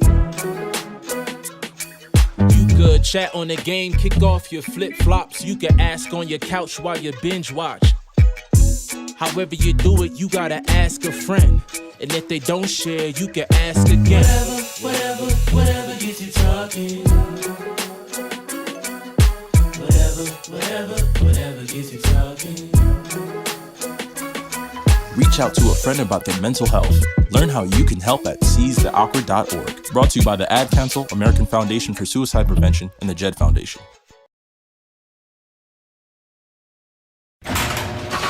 I spent a lot of time in the garage, but even more time in the rain and mud. In '95, I helped tow your moving trailer. And in '09, it was sparks from me, your chains, dragging behind your truck that accidentally started a wildfire. Spark a change, not a wildfire. Visit SmokeyBear.com, brought to you by the U.S. Forest Service, your state forester, and the Ad Council. Only you can prevent wildfires.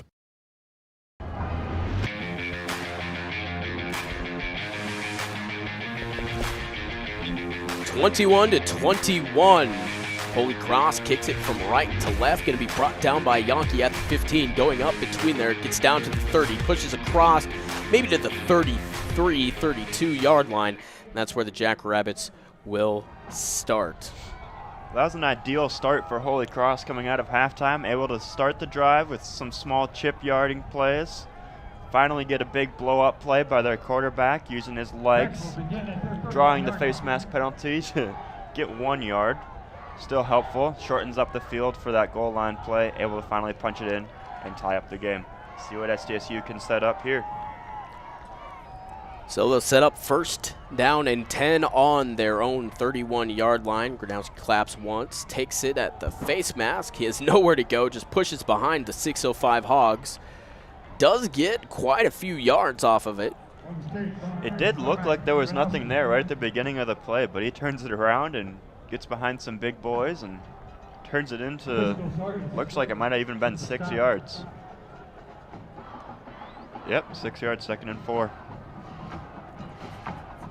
So that 2nd and 4 will be set up at the 37 for the Jackrabbits, hoping to reciprocate what Holy Cross was able to do, or replicate. Now moving. Gronowski claps it, a direct snap to Davis. He'll go up the middle, spin around, try to cut it to the outside, gets picked up by a couple of Holy Cross defenders and drags about 3 of them to the out-of-bounds line. Hoping to set up something like Holy Cross has been doing, get the quarterback to get extra attention on a fake handoff from Isaiah Davis. The Holy Cross defenders, however, were not fooled. 7 minutes, 40 seconds on the clock here in the third quarter. Jackrabbits on third down so far today. 3 for 8. Trying to make it 4 for 9 here. 2 receivers off towards the right. Now motioning from Kraft. He comes out as a receiver. Quick throw out to Davis. Makes a man miss down to the 40. Flags coming in from the center and the far sideline. Holy Cross is celebrating. We'll see how long that celebration lasts, depending on what this call is. Illegal block in the back, number 85. Offense. It's a 10-yard penalty from the previous spot. Replay third down. Yep, so illegal block in the back coming from Tucker Kraft. That'll back them up in the yards they gained. Move them from what would be a 3rd and 3 to should be a 3rd and 13. Jackrabbits will set up about the 25-yard line, give or take a couple. Taking their time in the huddle. Yeah, the referees are. Oh, that penalty is going to be declined by Holy Cross.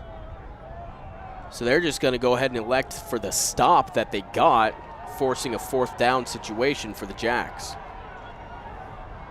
Interesting. I'm not mad about it. Like, if I'm looking from the Holy Cross perspective, it's not a bad call. It's one that makes the most sense. Force the punt. After that play, Jaden Yonke ran off the field out the back of the end zone. See if he comes back out. High wobbly punt going to hit right around the 20-yard line and picked up by the Jacks right at the 20.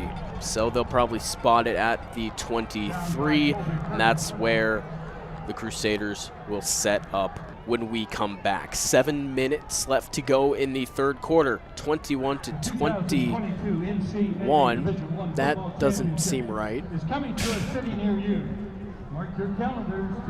I'm not crazy. They did score a touchdown, right?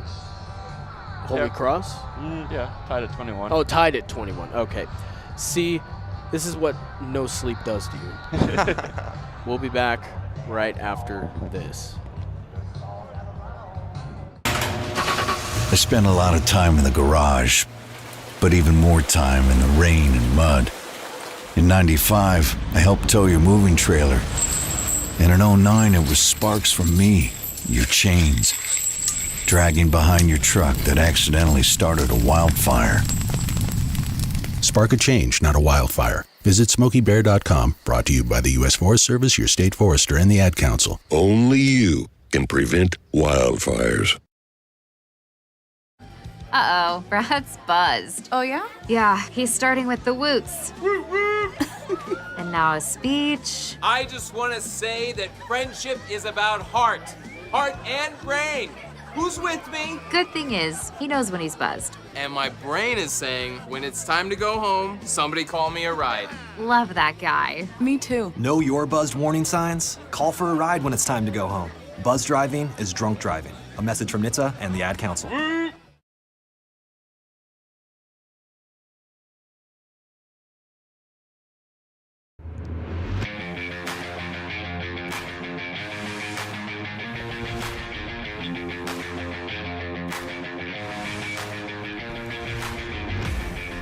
21-21, 7 minutes and 2 seconds left to go here in the third quarter. The Dana J. Dykhouse Stadium in beautiful Brookings, South Dakota. It looks gorgeous out there. The sun's out and it's not too cold. Unfortunately for the student section, they're in the shade from the scoreboard. They are in the shade over there. Yeah. The fans on the far side of the field from the view of the press box are getting a nice warm sun bath. We've increased our temperature from 30 from our last temperature check up to 31. Removed the cloudy conditions, and we are now in sunny conditions. Yep, soak it all in before next week hits. Yeah. 21-21, we're all tied up as Holy Cross takes over at their own 23 off the Jackrabbit punt. A little bit of motion happening behind the line. Once again, Sluka takes the snap, rolling towards his right, looking towards the center. Now fires towards the far sideline, makes a guy miss. He gets down near the marker. That was the play that they had drawn up the whole time. I don't even know if it had any other progressions on that play. Sluka took the snap and immediately was looking to his right and stayed there the whole time, staring his defender down. Luckily for him, the receiver was open eventually. Yep, that's going to be about a 10-yard reception. It'll set up at a 33, 1st and 10 for Holy Cross. Their white uniforms with deep purple pants as well as a purple helmet. Straight handoff to Oliver on the right side of the line. Gets stuffed as soon as he got there. They'll give him a gain of a yard. Reese Winkleman on the stop. Winkleman leads the Jackrabbits with 10.5 tackles for loss and 6.5 sacks coming in to this game. Scoreboard giving the Get Louder graphic for the 2nd and 9. 3 receivers near side. Snap taken, looking directly over the middle. Connects with Gilliam. Looks like they're going to give him the first down. Says he got at least 9 yards. It looked pretty close to the marker there. Yeah, a lot of Jackrabbit fans don't like that call. It will be a first down. So 1st and 10. Setting up at the 43. Looks like they gave him exactly 9 yards on that 2nd and 9 pass to Gilliam.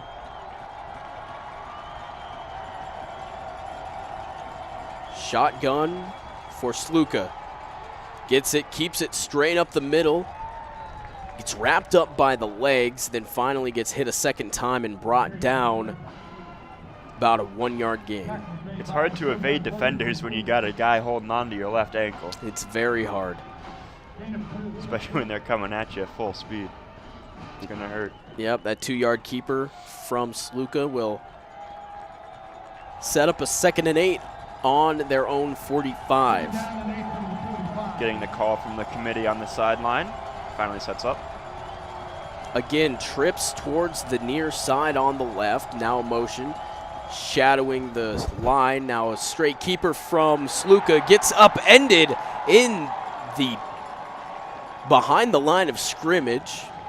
Headed out to that right side. It looked like he thought that everybody was going to be towards the middle of the field. That was not the case. There were 3 Jackrabbit defenders there ready to meet him at the line of scrimmage on the right side.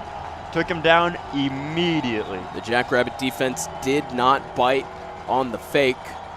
So that'll set up a 3rd and 8 on the 45. No gain on that play. 4 minutes left here to go in the 3rd quarter. Sluka sets up with a pistol, 2 to either side. The receivers shadowing each other on both sides. Snap. It looked like the offensive line got a little bit of a jump. No flag, however. He steps up. A lot of green room. Goes up to the 45, the 50. The 45 of the Jackrabbit spins down past the 40. And it will be enough for a 1st down. An excellent conversion coming from Holy Cross. Sluka sets that up really well. Takes a large hit at the end. It seems like he kind of got pulled and twisted and then hit by about 3 or 4 different defenders. But he sets himself up well with one large pump fake to break one of the Jackrabbit defenders' ankles and open up the middle of the field. Oh, yeah. Sluka 180 yards on 19 rushes compared to his 103 yards through the air on 9 completions. He gets the snap and hands off to Oliver this time. He gets stuffed at the line. Oliver only has 32, but has 11 rushes. 97 and 98. Meet him in the backfield coming off that right side of the offensive line to wrap Oliver up almost immediately after he gets the ball. Nowhere for him to go. Yep, Reese Winkleman and Ryan Van Marl right in there. Both teams standing out there. The Jackrabbit defense seems confused. looking towards the sideline. They'll set up 4 rushers. They will rush all 4. The pocket almost collapses. A quick dump off gets enough for a first down. It's going to be caught by Tyler Purdy.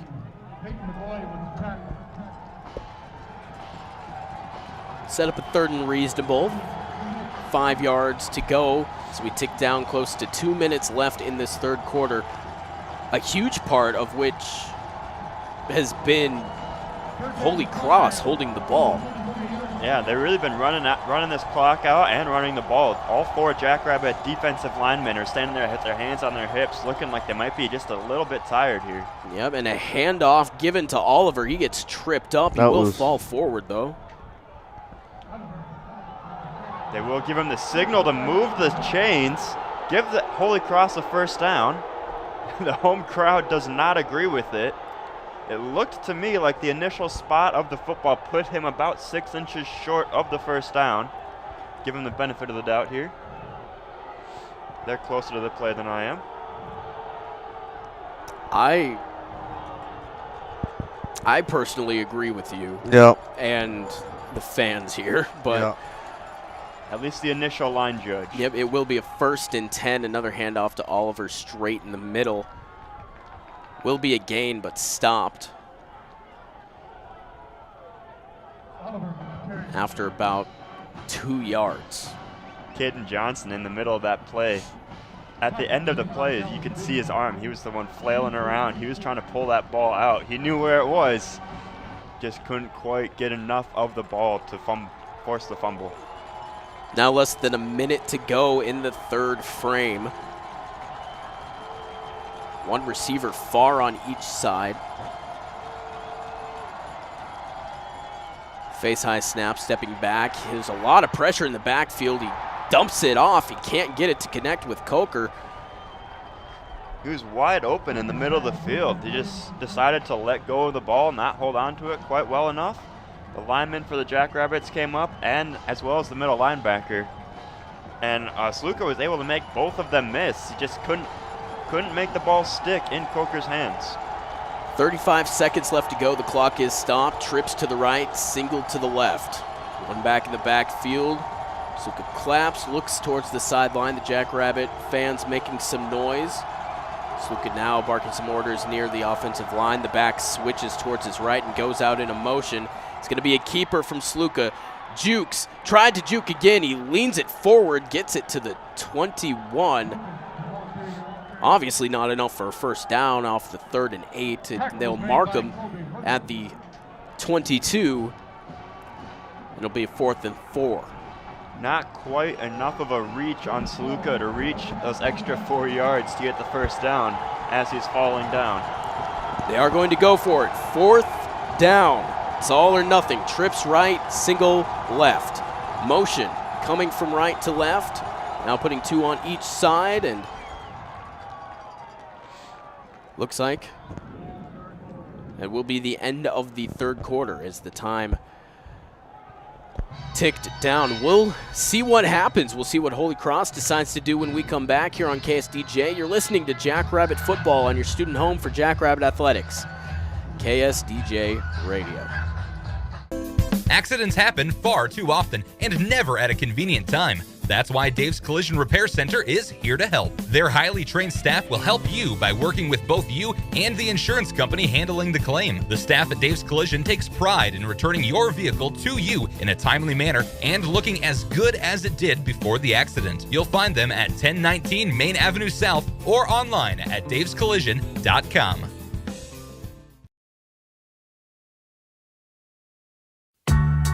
When you're high, you feel different. You think different, you talk different, you draw different, you listen to music different, but you probably knew that. Problem is, you also drive different, and not in a good way. That's why driving high is illegal everywhere. So if you're high, just don't drive. Make a plan to get a sober ride. Because if you feel different, you drive different. Brought to you by NHTSA and the Ad Council. Here's a fun fact for you. The average chameleon can point their eyes in 2 different directions. On the other hand, the average human can't. So unless you're a chameleon, there's absolutely no way you can focus on texting and driving at the same time. So don't do it, unless you're a chameleon. Visit StopTextsStopWrecks.org. A message brought to you by the National Highway Traffic Safety Administration, Project Yellow Light, and the Ad Council.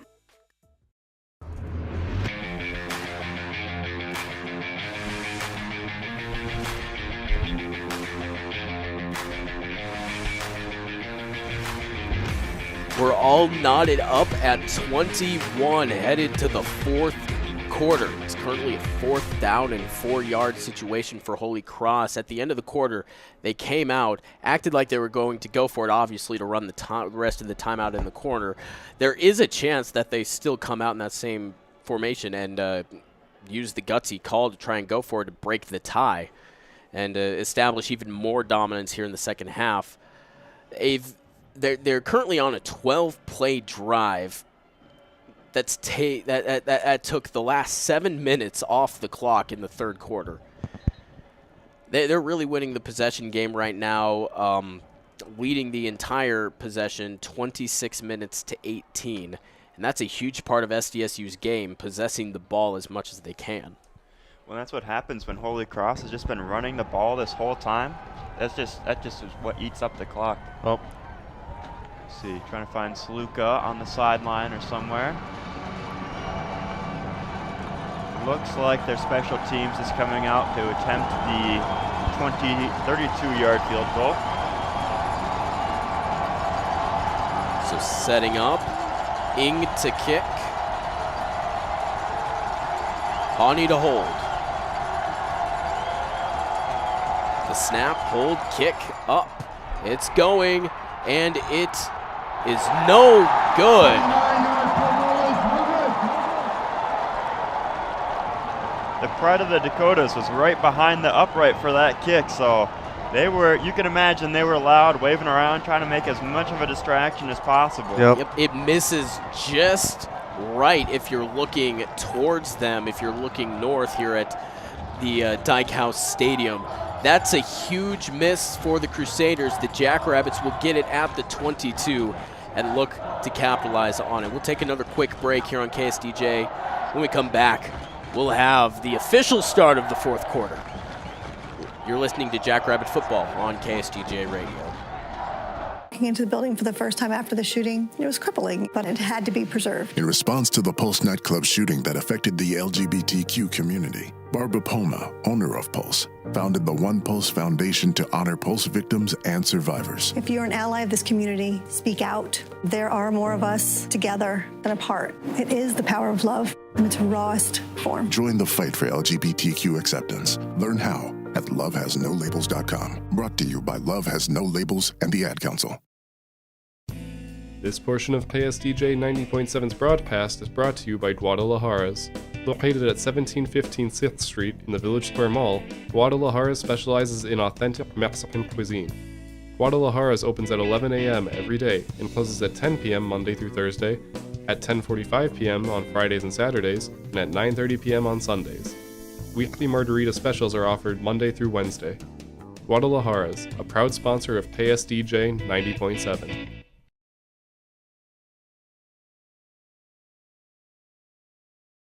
As authentic as you can get. Yeah.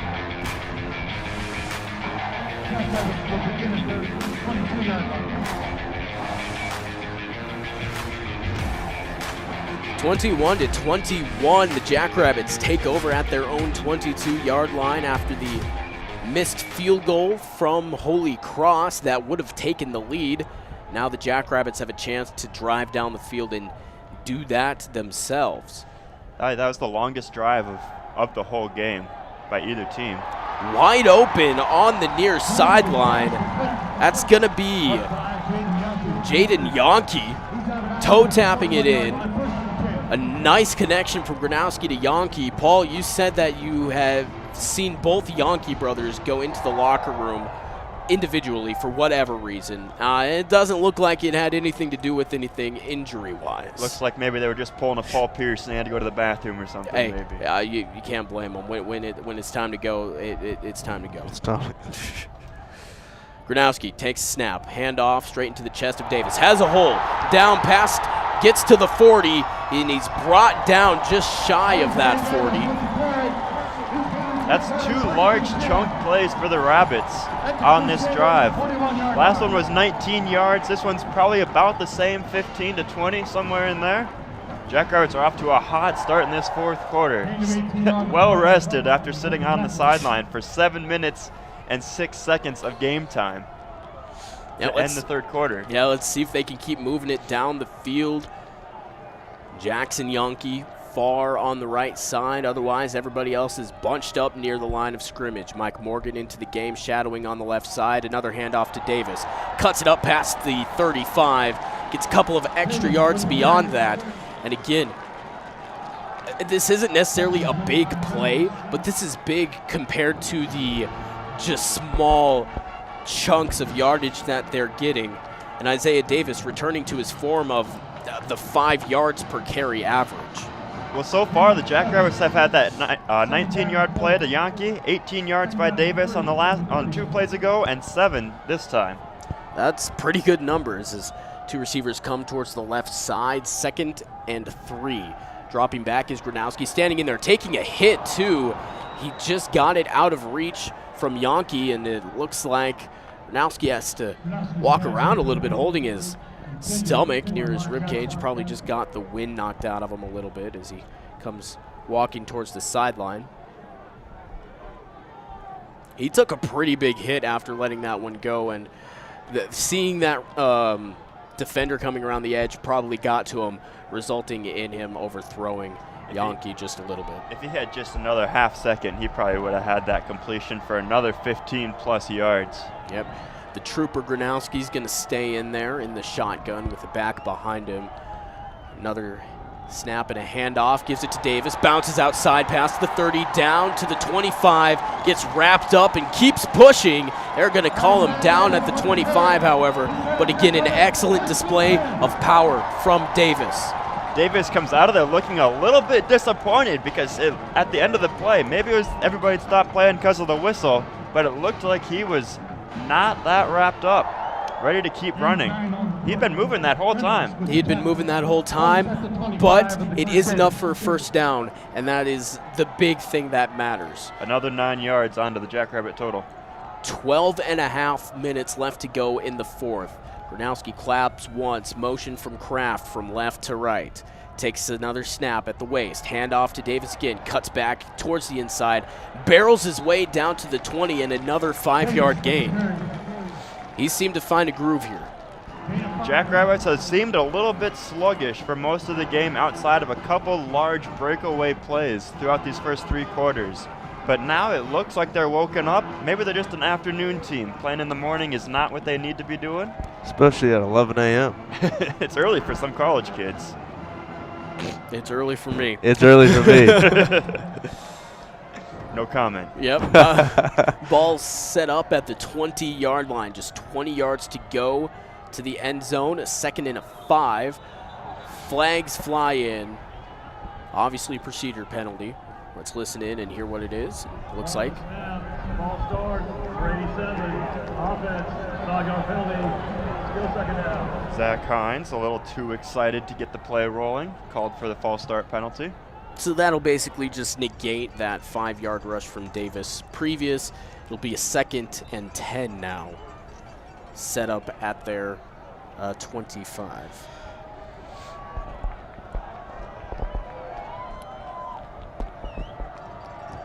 Twins to each side of the line. Johnson coming around and going out for a route behind the line of scrimmage. He has Kraft for a small yardage. He breaks away down past the 15, enough for a first down. Makes 2-man miss and then carries another one with him out of bounds. Gets hit for the first time about 5 yards short of the first down. Able to shed those 2 defenders and keep moving his feet inbounds, walking a tightrope to get that first down. Now that's a way to negate a penalty. There you go. He makes up for it. We'll set up at the 13-yard line now. Still a 1st and 10 situation. Motion from the two tight ends. Now coming back towards the left is going to be Kraft. Yankee motioning now from right to left. And another flag on the play, more laundry, and another false start. Well, the play clock was down to 2 seconds when they called the penalty, so someone might have had their eyes watching it, ready to go.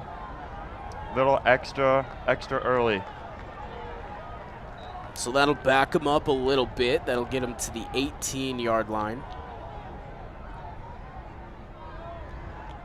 Penalties on the right tackle. John O'Brien, number 78 for the Jackrabbits.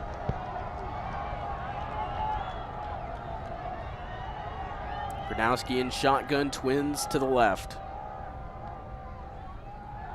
Play action, rolling near side, looks near side, overthrows Kraft.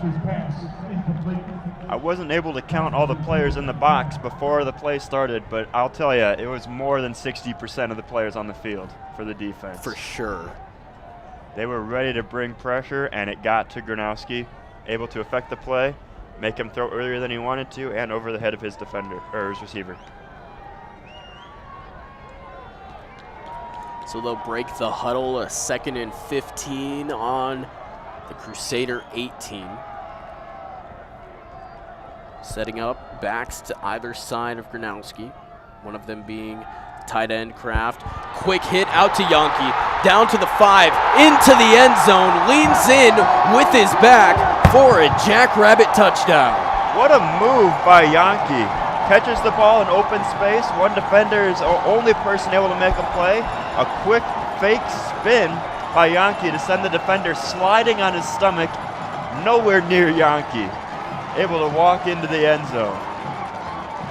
Jackrabbits put 6 more on the board, looking to make it 7 off the Dustman PAT.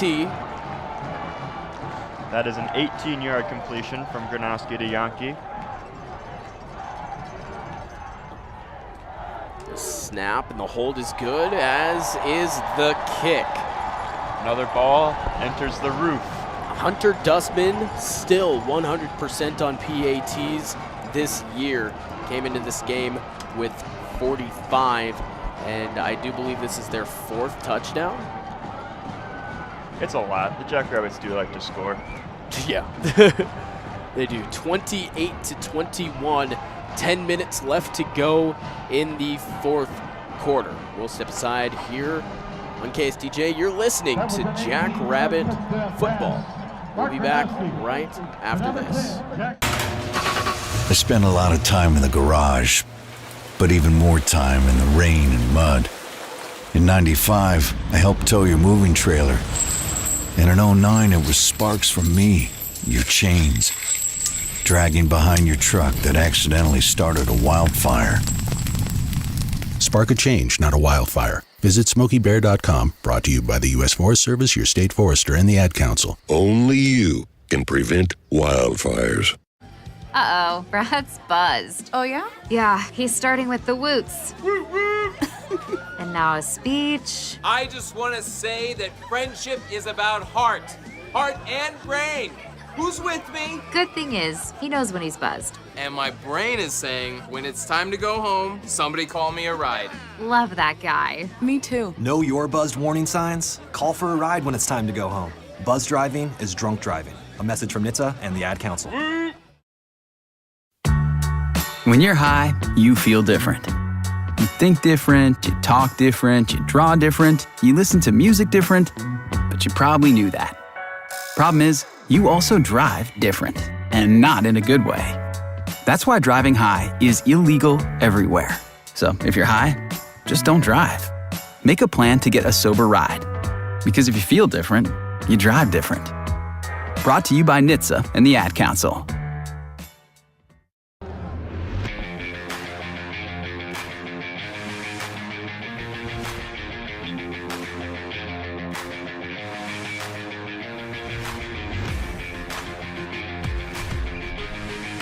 (28-21), the Jackrabbits take the lead off of an 18-yard touchdown pass from Mark Gronowski to Jackson Yankee.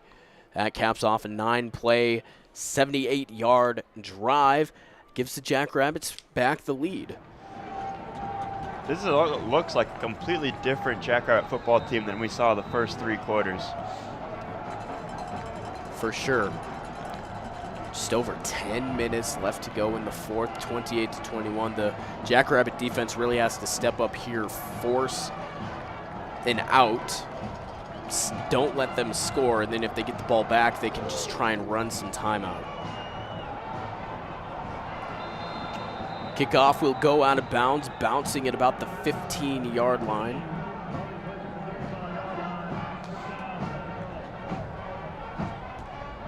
The longest play, or the longest drive of the game still resulted in only that field goal attempt and no points. That 7-minute and 6 drive for Holy Cross turned out to be unfruitful, but took up the majority of the third quarter.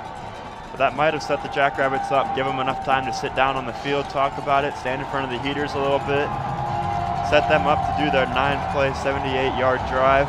Only took them 4 minutes and 48 seconds to get 7 points. So Holy Cross now will set up at their own 35-yard line off of the kickoff going out of bounds. 2 receivers to each side, different formations for them. The chest-high snap going to be kept by Sluka. He'll bounce it towards the near side. Well, you have to think that that's how the majority of this drive is going to go. A lot of keepers, a lot of fakes, a lot of designed runs for Sluka to try and keep this ball moving. That's what they've been doing this whole game, and for the most part, it's been working for them. 4-yard gain on that play will set up a 2nd and 6 as we tick under 10 minutes left to go. Sluka almost run the field twice, 188 yards total so far. Singles off to each side. He'll keep the ball again. He'll go past down to the 50. Gets a couple extra yards. Looks like the line judge is giving him the 49. Yep, they're going to spot the ball at the 49-yard line. The 49, that'll be a first down for the Crusaders. Ideally, if you're looking from the Holy Cross standpoint, you want to take as much time off the clock and the score. Sets you up for the opportunity to win the game at the end and get the touchdown, keep momentum rolling, get a 2-point conversion. Bunch formation. Sluka in shotgun. Oliver to his left. Takes the snap. Fake handoff. Gets it out. Tries to make a guy miss. He gets pushed out of bounds. SDSU making the tackle by the jersey. Had made contact with the torso, the body of the receiver, but that's not how he pulled him out of bounds. Got a good hold, and the receiver was unable to pull out of it. Justin Shorter, the receiver who caught it. We had Tucker Large on the far side pushing him out of bounds. Again, 2 receivers, 1 off to each side of the line. So Luka comes totally at an even 200 yards for the game so far, and he'll add to it. Pushes his way up past the 40. Looks like they're going to give him 5 for that one. They will. First down for Holy Cross. As the clock continues to tick, we're now down to 8 minutes.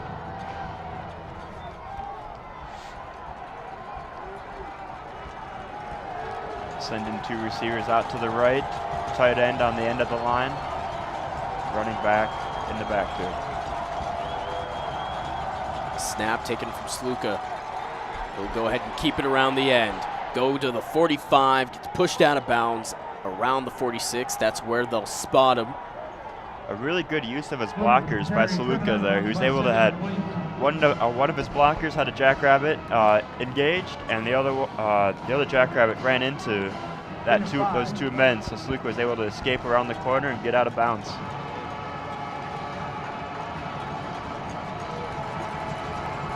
Second and 5 on the Jackrabbit 34.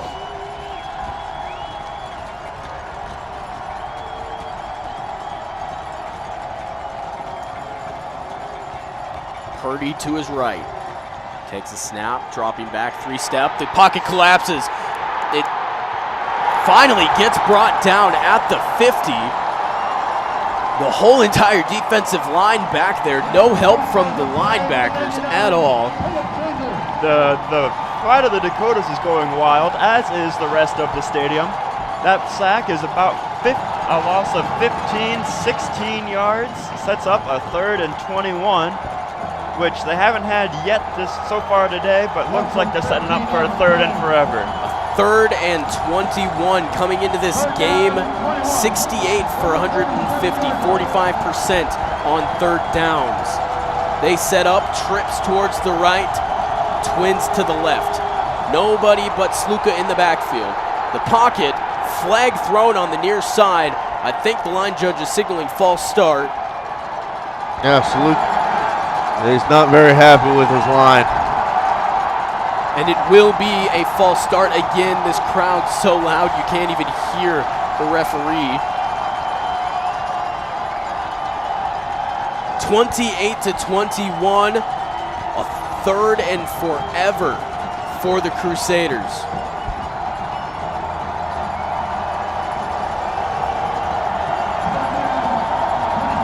Bunch trips to the left. A single to the right.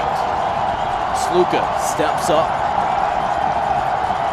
Takes snap. Dropping back. 3-step, steps up. He got hit by Van Marl. The ball pops loose. The Jackrabbit defense comes up clutch. Dallas Beanham knocks it away. Holy Cross was setting up, and you're looking at him. You go a 3rd and 23. There's no way they can be thinking run, so you set your edge with your 3 or 4 linemen and send everybody else back in coverage. Proves to be successful for the Jackrabbits as they knock away the pass, force the punt from the Holy Cross own 48-yard line. Yeah, the punter standing at the 33 of the Crusaders. He puts it up. A direct line drive punt brought down by Yankee. Makes a man miss, runs right into a stone wall, but fights more for a couple yards past the 30 and gets it to the 32. Runs into the stone wall, but good thing he's a wrecking ball, right? Exactly, exactly. Able to keep moving and add an extra 3 or 4 yards after contact. 28-21.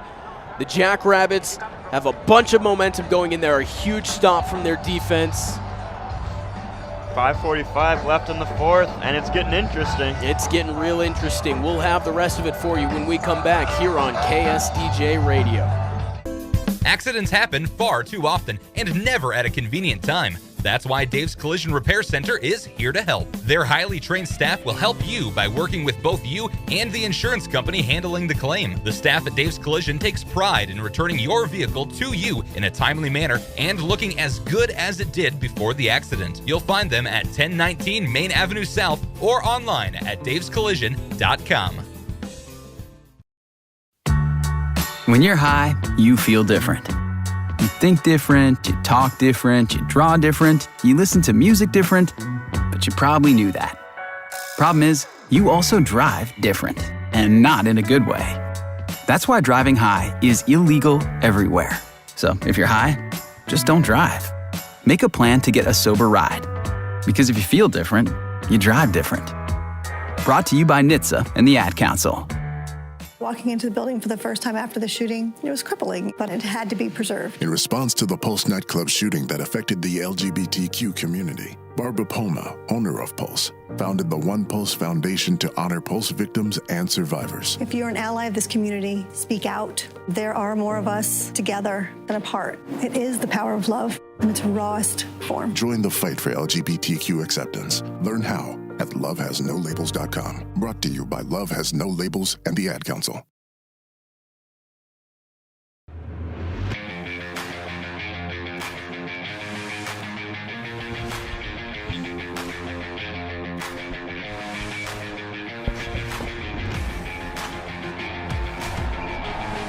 (28-21). The Jackrabbits have the ball at their own 32-yard line. The snap to Gronowski, gives it to Davis, turning upfield, gets to the 40, finally brought down, coming around the edge off of the end around.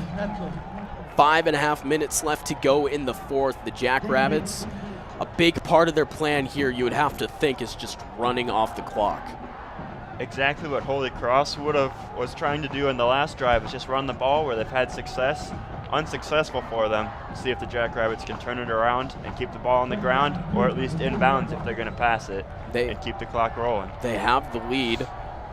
5 minutes between them and the next round. It would definitely help a huge bunch if they scored again, but their main objective, run the timeout. Gronowski gonna hit, bounce out to the outside, past the 50, 45-40. Stiff arms, brings it into the sideline. A huge gain from Davis, and he's pumped up. It looked like, is that Isaiah Davis or is that Derrick Henry? I don't know, man. That was. Is there a difference? I'm not sure. About 6 inches in height, maybe, but that might be about it. That might be about it. 4.5 minutes, the crowd reacting to the stiff arm, the monstrous stiff arm from Davis on the near sideline. The ball set up at the 33 now. Well, the play looked like it was about over. Isaiah Davis had gone up the middle, and then all of a sudden he bounces out to the outside, out of the pile. Snap, play action. Gronowski steps back, gets brought down. Hines almost brought it in. It's going to be batted away. I'm about to say that tackle kind of threw the ball off there a little bit. Jacob Dobbs, the linebacker, bats it away. The crowd thought there was a little bit too much contact there. It was going both ways. Both players were fighting at each other, pushing back and forth. I think it was probably the right call to let that one go. Yep. I would tend to agree with you. 4:14.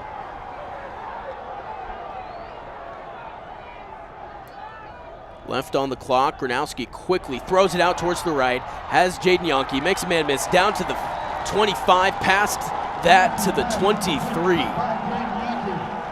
Makes the right decision. He was going to the outside, the far sideline, and great field awareness, clock awareness, game awareness to stay inbounds, cut back towards the far hash, and stay inbounds. Field judge looks like they're going to spot him just short of the first down. 3rd and 1 to go from the 24-yard line. Clock is ticking. 3:40 left in the fourth quarter. Yeah, the ball in between the 24 and 25-yard line, closer to the 24. 3.5 minutes on the clock. Gronowski signals for Kenyon Bauer to move closer to the line. Another handoff to Davis right into the line. He'll get enough for the first down, and that's all they needed. Keeps the clock rolling. Both teams still have all 3 timeouts. Holy Cross electing to hold on to their timeouts for the time being. As this game starts to wind down, and it starts to look like Jackrabbits are looking towards the game next week. I'm gonna hit my head though, because knock on wood. I've seen bigger comebacks. For sure, this is only a touchdown lead as it stands. 1st and 10 on the Crusader 22. Yankees together on the left. Direct keeper from Gronowski sneaks his way through past the 20, gets stood up and pushed back to the 20, but they'll mark him right in between the 18 and 19-yard line. Give him a 4-yard gain, benefit of the 4 yards. Sets up the 2nd and 6 from the 18-yard line. 2.5 left to go. Holy Cross will be taking a timeout. They want to stop some of this momentum, preserve some of this clock, give their guys a chance. So they do indeed take the timeout. Both teams will go to their respective sidelines. Well, they're going to go ahead and add quite a lot from what I can hear of time. Yeah, they're going to bump it back up to 2 minutes and 45 seconds. That could be significant, but timeout on the field, we'll take it with them. We'll be back here on KSDJ Radio. You're listening to Jackrabbit Football. We'll be back right after this. This portion of KSDJ 90.7's broadcast is brought to you by Guadalajaras. Located at 1715 6th Street in the Village Square Mall, Guadalajaras specializes in authentic Mexican cuisine. Guadalajaras opens at 11 a.m. every day and closes at 10 p.m. Monday through Thursday, at 10:45 p.m. on Fridays and Saturdays, and at 9:30 p.m. on Sundays. Weekly margarita specials are offered Monday through Wednesday. Guadalajara's, a proud sponsor of KSDJ 90.7. If you're worried your friend may be struggling, remember, you don't have to be there to be there. You could say how are you or get a fake tattoo. You could ask with an app if it works for you. You could write them a text or knit them a sweater. If you can't be together, you could write them a letter. Whatever gets you talking. Whatever gets you talking. You could chat on the game, kick off your flip-flops. You could ask on your couch while you binge watch. However you do it, you gotta ask a friend. And if they don't share, you can ask again. Whatever gets you talking. Whatever gets you talking. Reach out to a friend about their mental health. Learn how you can help at seizetheawkward.org. Brought to you by the Ad Council, American Foundation for Suicide Prevention, and the JED Foundation.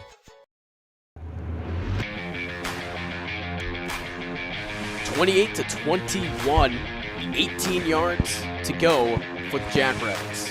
Motioning from Yonke. Now Kraft shadowing the right side of the line. It's going to be kept by Gronowski. Going to the 15, 10, 5, into the end zone for a touchdown. Slams the ball down. Jackrabbits have a 2-possession lead. They really sold that fake. They had the misdirection going, sent everybody to the right side of the line, and Gronowski kept the ball. Nothing between him and the end zone except open field from 15 yards out. And the warm glow from the sunshine breaks through the clouds right as soon as he breaks the plane of the end zone. 34-31 as it stands. Dustman ready to kick it for the PAT. Snap down, laces spun forward. That is through the uprights and good. Another ball on the roof. 35-21. The Jackrabbits have a pretty comfortable lead here. Ticking down to 2.5 minutes left to go. We're sitting at 2:39 right here. Well, this game has never been above freezing for the temperature, but this game is definitely now on ice. Man, you're full of it today. You're spitting it off all the time. Oh, yeah. It's a color commentary. I get the big money for it. You get the big money for it. 35-31. Timeout on the field. We'll step aside with them. We'll be back right here on KSDJ. You're listening to Jackrabbit Football. We'll be back right after this. I spent a lot of time in the garage, but even more time in the rain and mud. In '95, I helped tow your moving trailer. And in '09, it was sparks from me, your chains, dragging behind your truck that accidentally started a wildfire. Spark a change, not a wildfire. Visit SmokeyBear.com, brought to you by the U.S. Forest Service, your state forester, and the Ad Council. Only you can prevent wildfires. Uh-oh, Brad's buzzed. Oh, yeah? Yeah, he's starting with the woots. And now a speech. I just want to say that friendship is about heart and brain. Who's with me? Good thing is, he knows when he's buzzed. And my brain is saying, when it's time to go home, somebody call me a ride.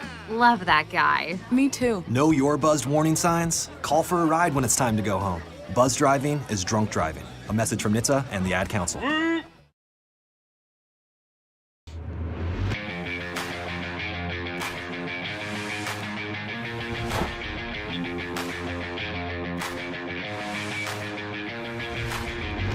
(35-21), 2.5 minutes left to go in the fourth. The Jackrabbits cap off a 7-play, 68-yard drive with an 18-yard touchdown run from Mark Gronowski. He got caught in the inside, bounced himself out to the near side, ran himself all the way in. It was wide open. Well, the offense did exactly what they were supposed to do. They got the ball with 5:45 left in the fourth quarter, up by 7, and they take that 7 plays, 68 yards, and take 3 minutes off the clock, handing the ball back to Holy Cross with 2:39 left on the clock. So they get one timeout at 2 minutes, and they have 2 extra timeouts remaining. So it seems like almost insurmountable feat, but this is why they play the game.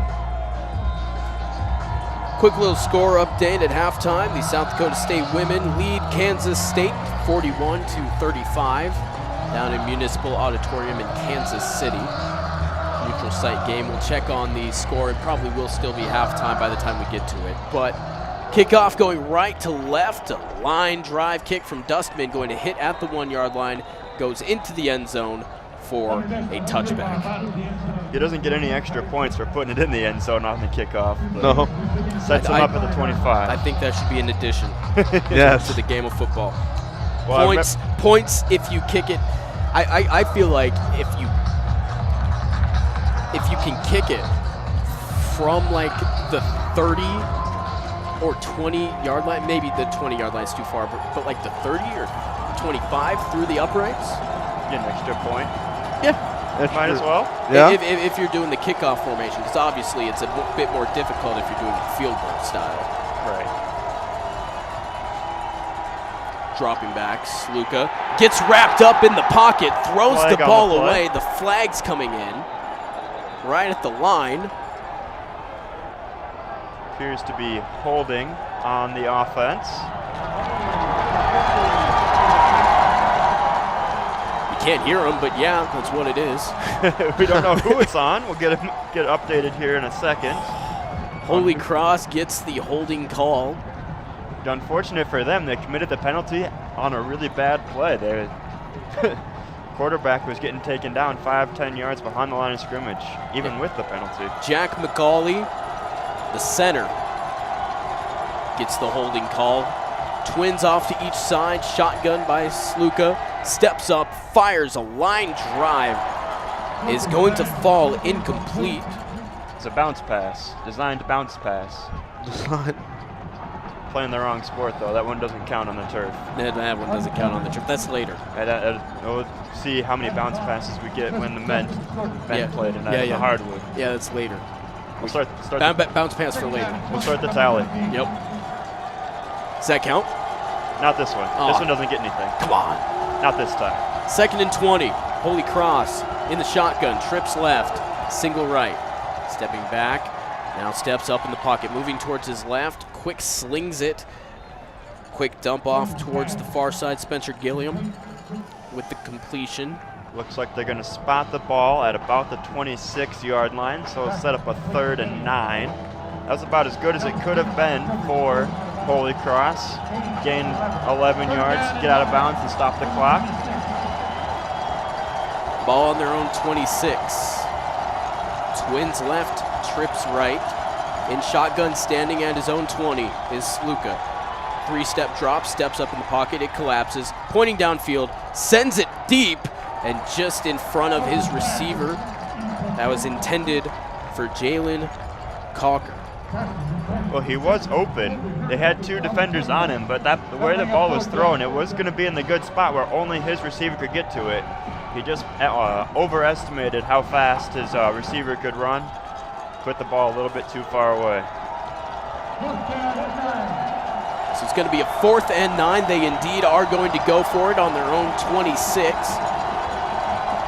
2 receivers each side, one back to Sluka's right.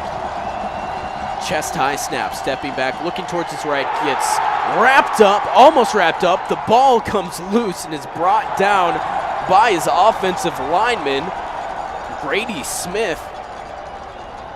Got 2 pieces of laundry on the field now. Is he going to be on the defense for roughing the passer?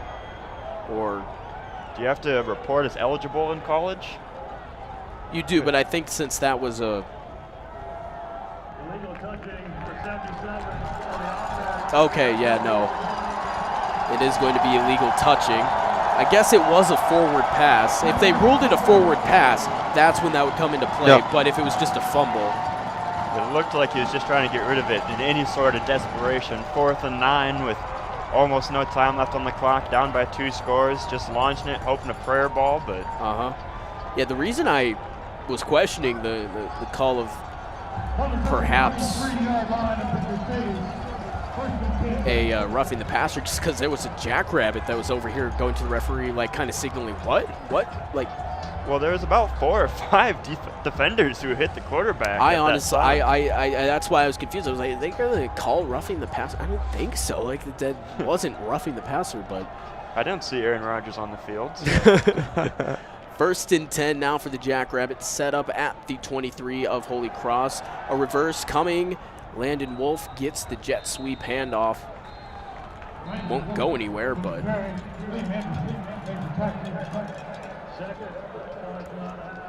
Main point for the Jackrabbits drive right now is just to try and keep it on the ground, just keep the clock rolling, keep it in bounds. Yeah, timeout called by Holy Cross to stop the clock from running.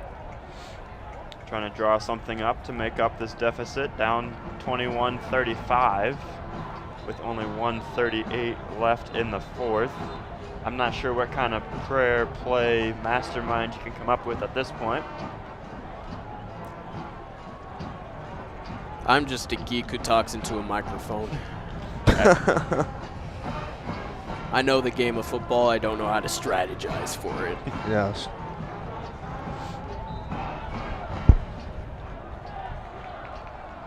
Loading up the box with 6 players for Holy Cross. Yep. 7. Singles out to each side and just going to hand it off to, I do believe that's Johnson. He'll get wrapped up, maybe a loss of a yard. And another timeout coming from Holy Cross immediately. At this point, a 1st down ends the game. Yeah. Come out in victory formation and wrap it up.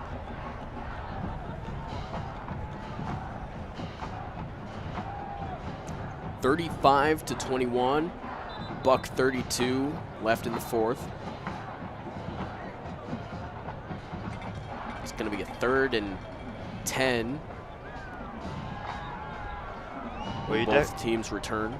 You definitely can't say that Holy Cross didn't try their hardest here. Absolutely, they kept it a game for most of it. Especially Sluka. He's got 122 yards through the air on 13 completions and 197 yards on the ground rushing. That 15-yard sack kind of put him back, but did everything he could, that's for sure. And shotgun Gronowski takes the snap, hands off to Johnson, hits the edge right at the 20, gets a gain of a couple of yards. Does get pushed out of bounds. Well, no, the clock is running, so they're going to call him down before he went out of bounds. Gronowski at the end of that play kind of spun himself over, it looks like. Gets up holding his right ribs where he got hit the last drive. Walks back out to the ball, or the huddle, seems to be fine, but something to keep an eye on. Maybe it's an extra icy hot tonight. Yeah, it's something to keep an eye on going into the week. I don't foresee it being much of a problem. If he's still out there, it's not anything too bad. Imagine Stig would try to take good care of his star quarterback at this point in the season. Yeah, the clock ticking down to 0, the play clock, I should say. But South Dakota State will take a timeout before. 4th down and 8, 45 seconds left. Ball on Holy Cross's 21-yard line. I would imagine Jackrabbits will send out Dustman. There's a mix of the offense. I think the offense is just getting a little brief. There is a mix of the offense and the special teams unit. Dustman's out there sizing it up at least, so he's ready to go in case that happens.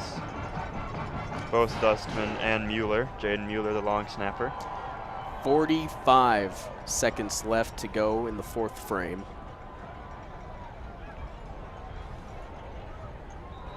And now it looks like the offense will go back out there and the field goal unit will retreat.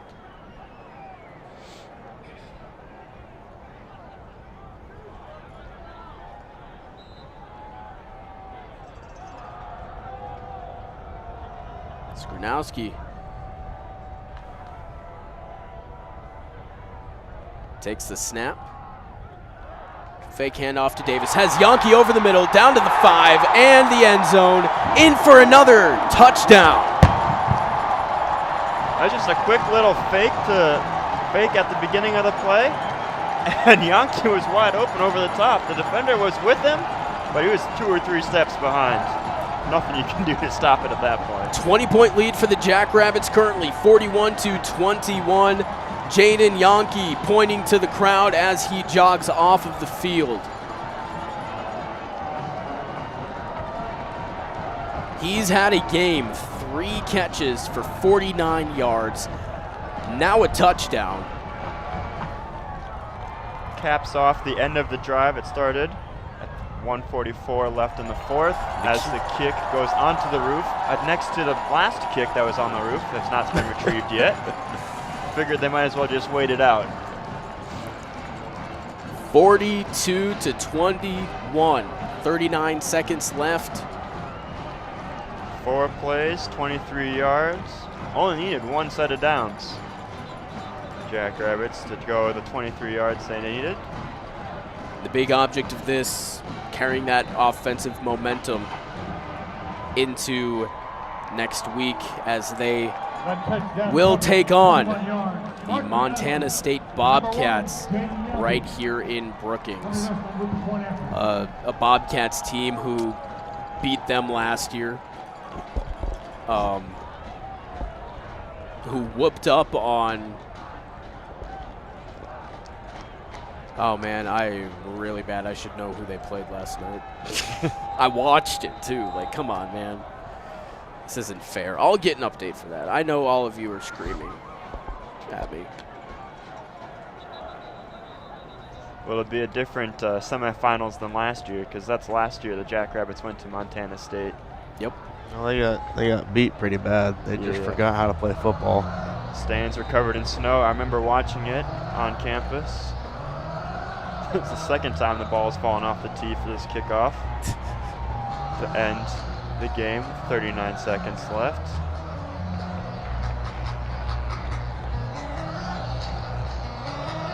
Now Montana State's going to have to come and travel to Brookings. Yeah, Montana State beat William and Mary 55-7 last night. So they're definitely a force to be reckoned with and one to look out for, even though they are seeded 4th. The return going to be out to the 40, to the 45, and then stuffed by the Jackrabbit kickoff team. That's where Holy Cross will start things for their final drive, I presume, unless something wild happens. Yeah, unless there's another bobbled snap, the Jackrabbits recover. A quick touchdown and then another kickoff to them. Like another pick 6. It's very unlikely that they'll have another possession.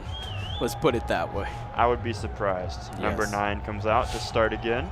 32 seconds left in the 4th quarter. Sluka takes the snap, steps back, looking down the field, fires it, long one-on-one on the far sideline. It hits the hands of Cocker. It's going to be Dallas Beanham getting the coverage right. That ball looked like it was thrown just about perfectly. Not a lot of pressure in the pocket for Sluka. And he puts it just about in the right spot for his receiver to get it. Has to jump and turn a little bit, but unable to haul it in. Hits him right in the hands. Above his head, be it at that. Not an easy catch, but... 42-21. Jackrabbits bringing 3. Run up the middle. Oliver fights down past the 40 near the 35 of the Jackrabbits. 0 timeouts for Holy Cross. Yep, the clock currently at 18. It will start moving once it's set, and it is set. Ticking down to 10 now. Sluka looking downfield again. Steps up and decides to run with it. Down to the 30, 25, down near the 20. Going to be spotted at the 22. 2 seconds is on the clock. Will run out pretty much when it's spotted, and the clock hits 0. Snowballs fly in front at Dyke House in celebration. I just saw one go down there. And there they go. There goes the student section. Yep. 42-21 as the student section and the fans on the near side throwing snowballs in celebration. The Jackrabbits will move on to the semifinals of the 2022 FCS Division I football playoffs. They will take on Montana State next week, right here in Brookings. We'll step aside here on KSDJ. When we come back, we'll wrap things up for you, tie it up with a bow, and then we'll head over to Frost again for part 2 of the doubleheader. 42-21 the final score. Jackrabbits advance. We'll be back right after this. If you're worried your friend may be struggling, remember, you don't have to be there to be there. You could say how are you or get a fake tattoo. You could ask with an app if it works for you.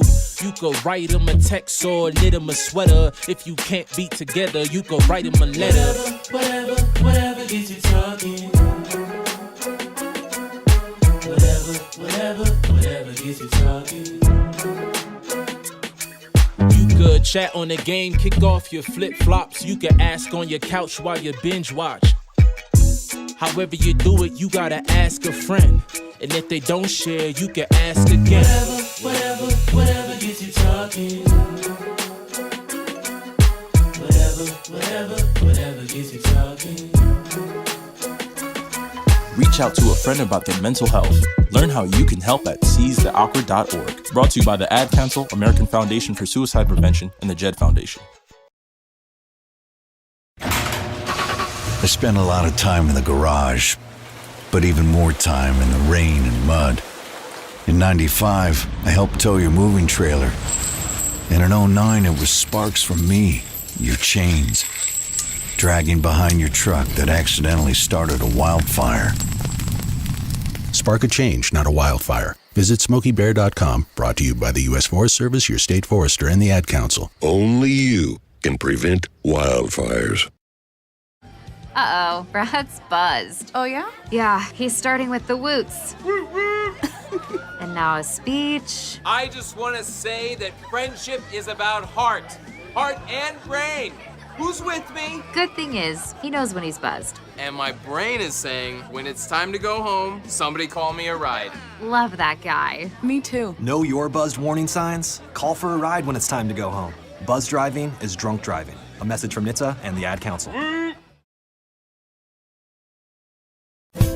Accidents happen far too often and never at a convenient time. That's why Dave's Collision Repair Center is here to help. Their highly trained staff will help you by working with both you and the insurance company handling the claim. The staff at Dave's Collision takes pride in returning your vehicle to you in a timely manner and looking as good as it did before the accident. You'll find them at 1019 Main Avenue South or online at davescollision.com.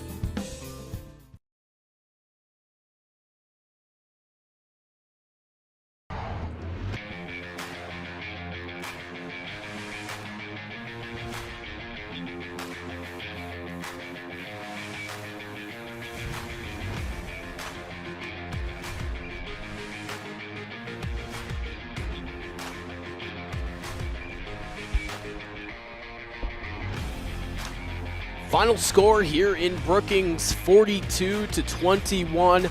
The Jackrabbits win and advance to the semifinal round of the 2022 FCS playoffs to host Montana State next week, right here at Dana J. Dykehouse Stadium in Brookings, South Dakota. Let's go ahead and just take a look at some of the scoring here. We'll just focus on the scoring drives. The first score, Holy Cross drove 4 plays, 75 yards, and capped it off with a 56-yard touchdown run from Matt Sluka. That put them up 7-0. The Jackrabbits get the ball back and drive 8 plays, 31 yards to put a field goal through the uprights. Hunter Dustman hit a 29-yarder after previously missing one earlier on in the game. 7-3 was the score at that point. Holy Cross would punt. Then South Dakota State would get the ball back, drive all the way down, 5 plays for 47 yards, and as time expired in the first quarter, hit a 23-yard field goal courtesy of Hunter Dustman to start things off in the second quarter. Holy Cross drove 12 plays, 75 yards to end it with a touchdown. Had a 27-yard touchdown reception thrown by Tyler Purdy to Sean Morris. At that point, 14-16, the Crusaders led. Then the Jackrabbits next in the second quarter drove 67 yards on 8 plays to tie it up off of a 3-yard touchdown rush from Isaiah Davis. And then to cap things off, for the first half, the Jackrabbits intercepted Matt Sluka. Jason Freeman, the criminal on that one, 37-yard touchdown off of the interception. And that put them up 21-14 heading into half. Starting off the second half, Holy Cross came back, drove 83 yards on 11 plays to tie things up. That was capped off by a Pat Oliver 1-yard touchdown rush. And then it was all South Dakota State from there. They drove 9 plays for 78 yards to take the lead back, 28-21 off of an 18-yard touchdown reception. And then Mark Gronowski took it in his own hands after 68 yards, 7 plays. He ran it in from 18 yards out, 35-21 Jackson to cap it off right there at the end with 39 seconds left on the clock. Mark Gronowski gives it to Jaden Yonke. 21-yard touchdown reception, put them up 42-21, and that is the final. We'll step away for 1 minute. When we come back, we'll have a look at the stats from the game and a look around the world of sports. You're listening to Jackrabbit Football on KSDJ Radio. I was in the middle of the Atlantic Ocean when it happened. There was a sudden jolt, and our submarine crashed on the seafloor. We were in total darkness. That's Dr. Dejana Figueroa, a marine biologist and STEM teacher, talking about a deep sea dive she'll never forget. It's funny, when I was a kid, I was afraid of the ocean, and there I was, 2 miles below the surface. But as a scientist, you prepare for that. Using our training and a little creativity, we fixed the sub and finished our experiments. The dive was just too important. Every dive gives us glimpses at things few people ever get to see. Glowing creatures, fiery undersea volcanoes. When we got back to the surface, I kissed the ground and called my mom, of course. But you know what? I wouldn't trade that dive for anything. Dr. Figueroa uses her passion for STEM to discover new things and make the world a better place. She can STEM, so can you. Check out She Can STEM for more stories and inspiration. A message from the Ad Council.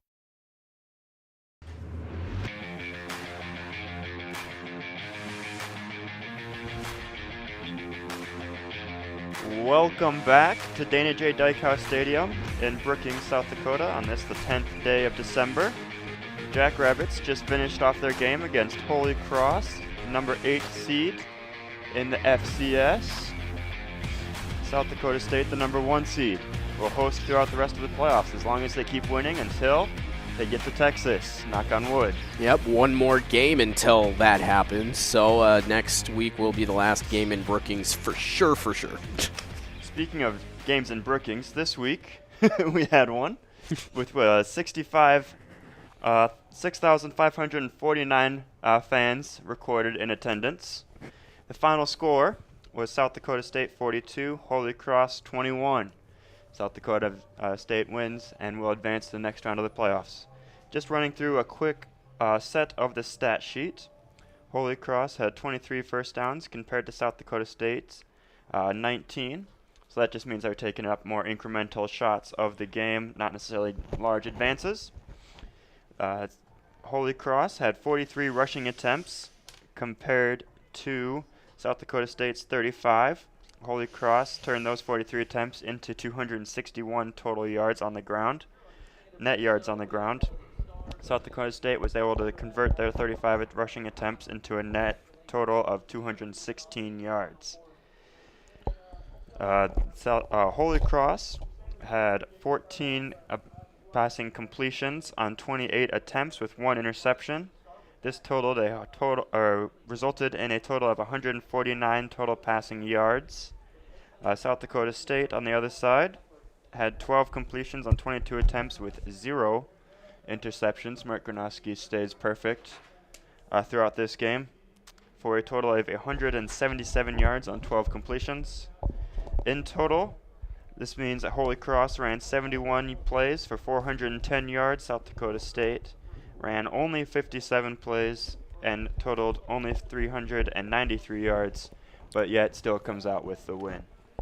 That one interception I mentioned for SDSU was returned for a touchdown, 37 yards.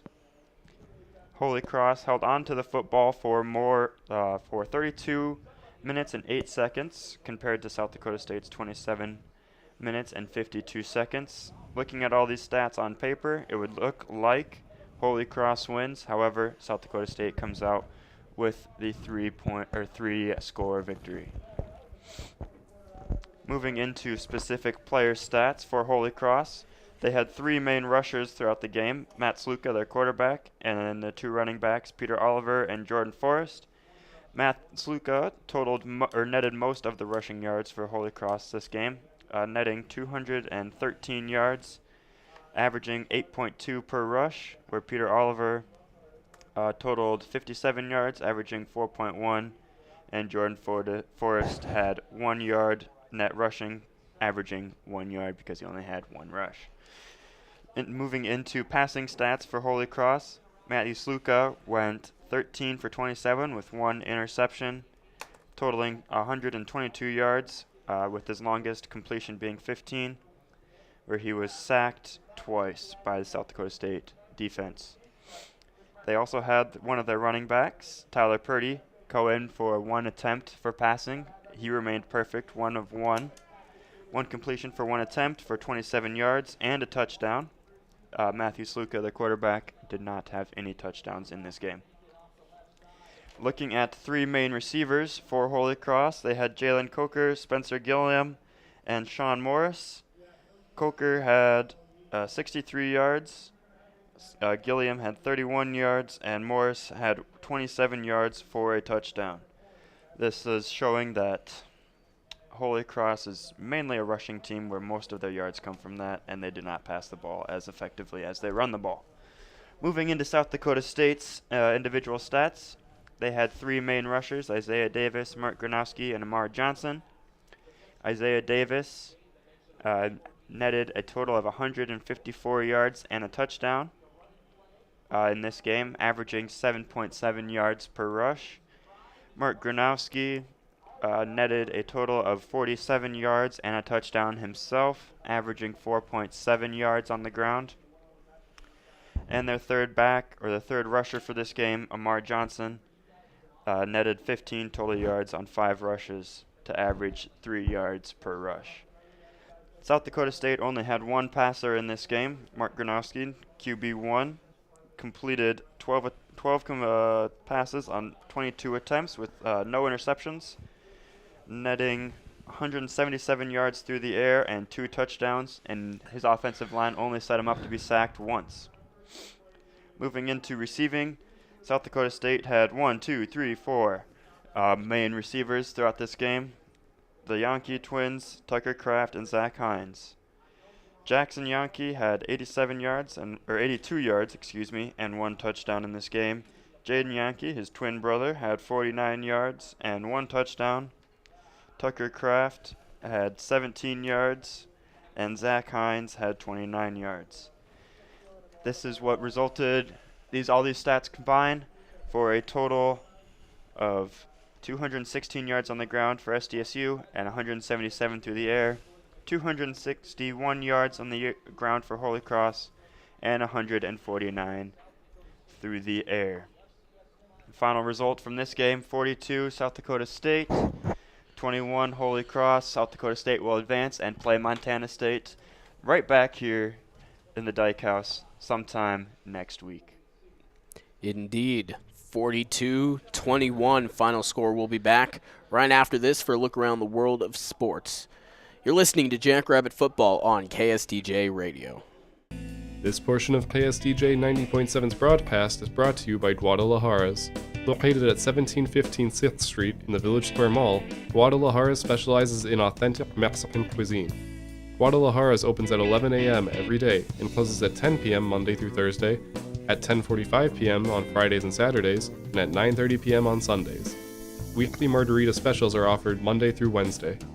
Guadalajaras, a proud sponsor of KSDJ 90.7.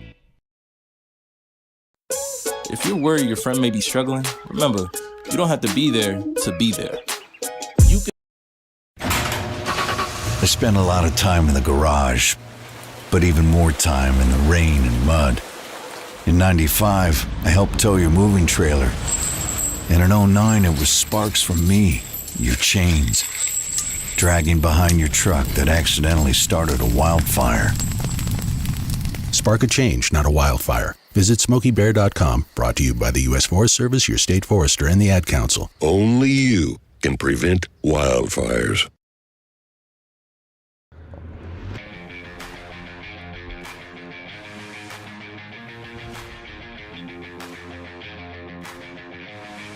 All right. Thank you, Braden and Paul, for that wonderful stat update there. So, talking about men's basketball coming in, we are actually going to, in a little while, in a couple hours, we're going to face off. Men's basketball is going to go against Eastern Washington. That's at 6 o'clock p.m. So, talking about the world of basketball right now. So, got a little score update for you. So, Yale tried to beat 16th ranked Kentucky. They did not, and the final score was 69-59. 17th ranked Illinois got upset by Penn State, 74-69. UConn beat Long Island University really bad, 114-61. In the Big 12 SEC Challenge, 9th ranked Arkansas beat Oklahoma 88-76. Second ranked Texas, Arkansas Pine Bluff. Texas beat Arkansas Pine Bluff 88-43. And right now, Purdue and Nebraska, for some of you Nebraska fans, not looking good, 40-29. So that is, and for some of you in the World Cup, tuning into the World Cup right now, England and France are tied 1-1 with the 57th minute, and that is all going to be at halftime, or the score update. So thank you for listening.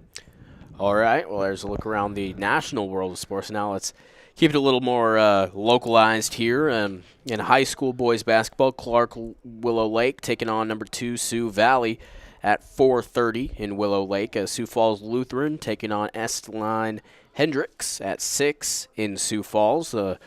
Sioux Falls Lutheran High School. And then the big boys, Sioux Falls Roosevelt Rough Riders, who's receiving votes, will take on the Sioux Falls Jefferson Cavaliers, who's ranked number 1 at 7 in Sioux Falls at Roosevelt High School. In girls basketball, Clark Willow Lake also taking on Sioux Valley at 6 in Willow Lake. Looking at club hockey right here in Brookings. Stillwater and Brookings played this morning at 8:30. No score reported yet for that. And in girls hockey, Aberdeen and Brookings just got underway about 21 minutes ago up in Aberdeen.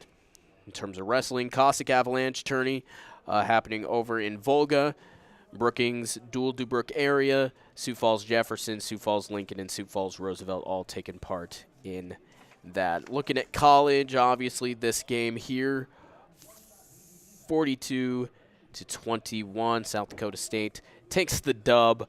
And then let's go ahead and take a look. Currently, with about 3.5 minutes left to go in the third, South Dakota State up over number 24, Kansas State, 56-46. That one happening in Kansas, Missouri. We'll keep you updated throughout the night on that. In D2, Concordia St. Paul taking on Augustana at 3:30.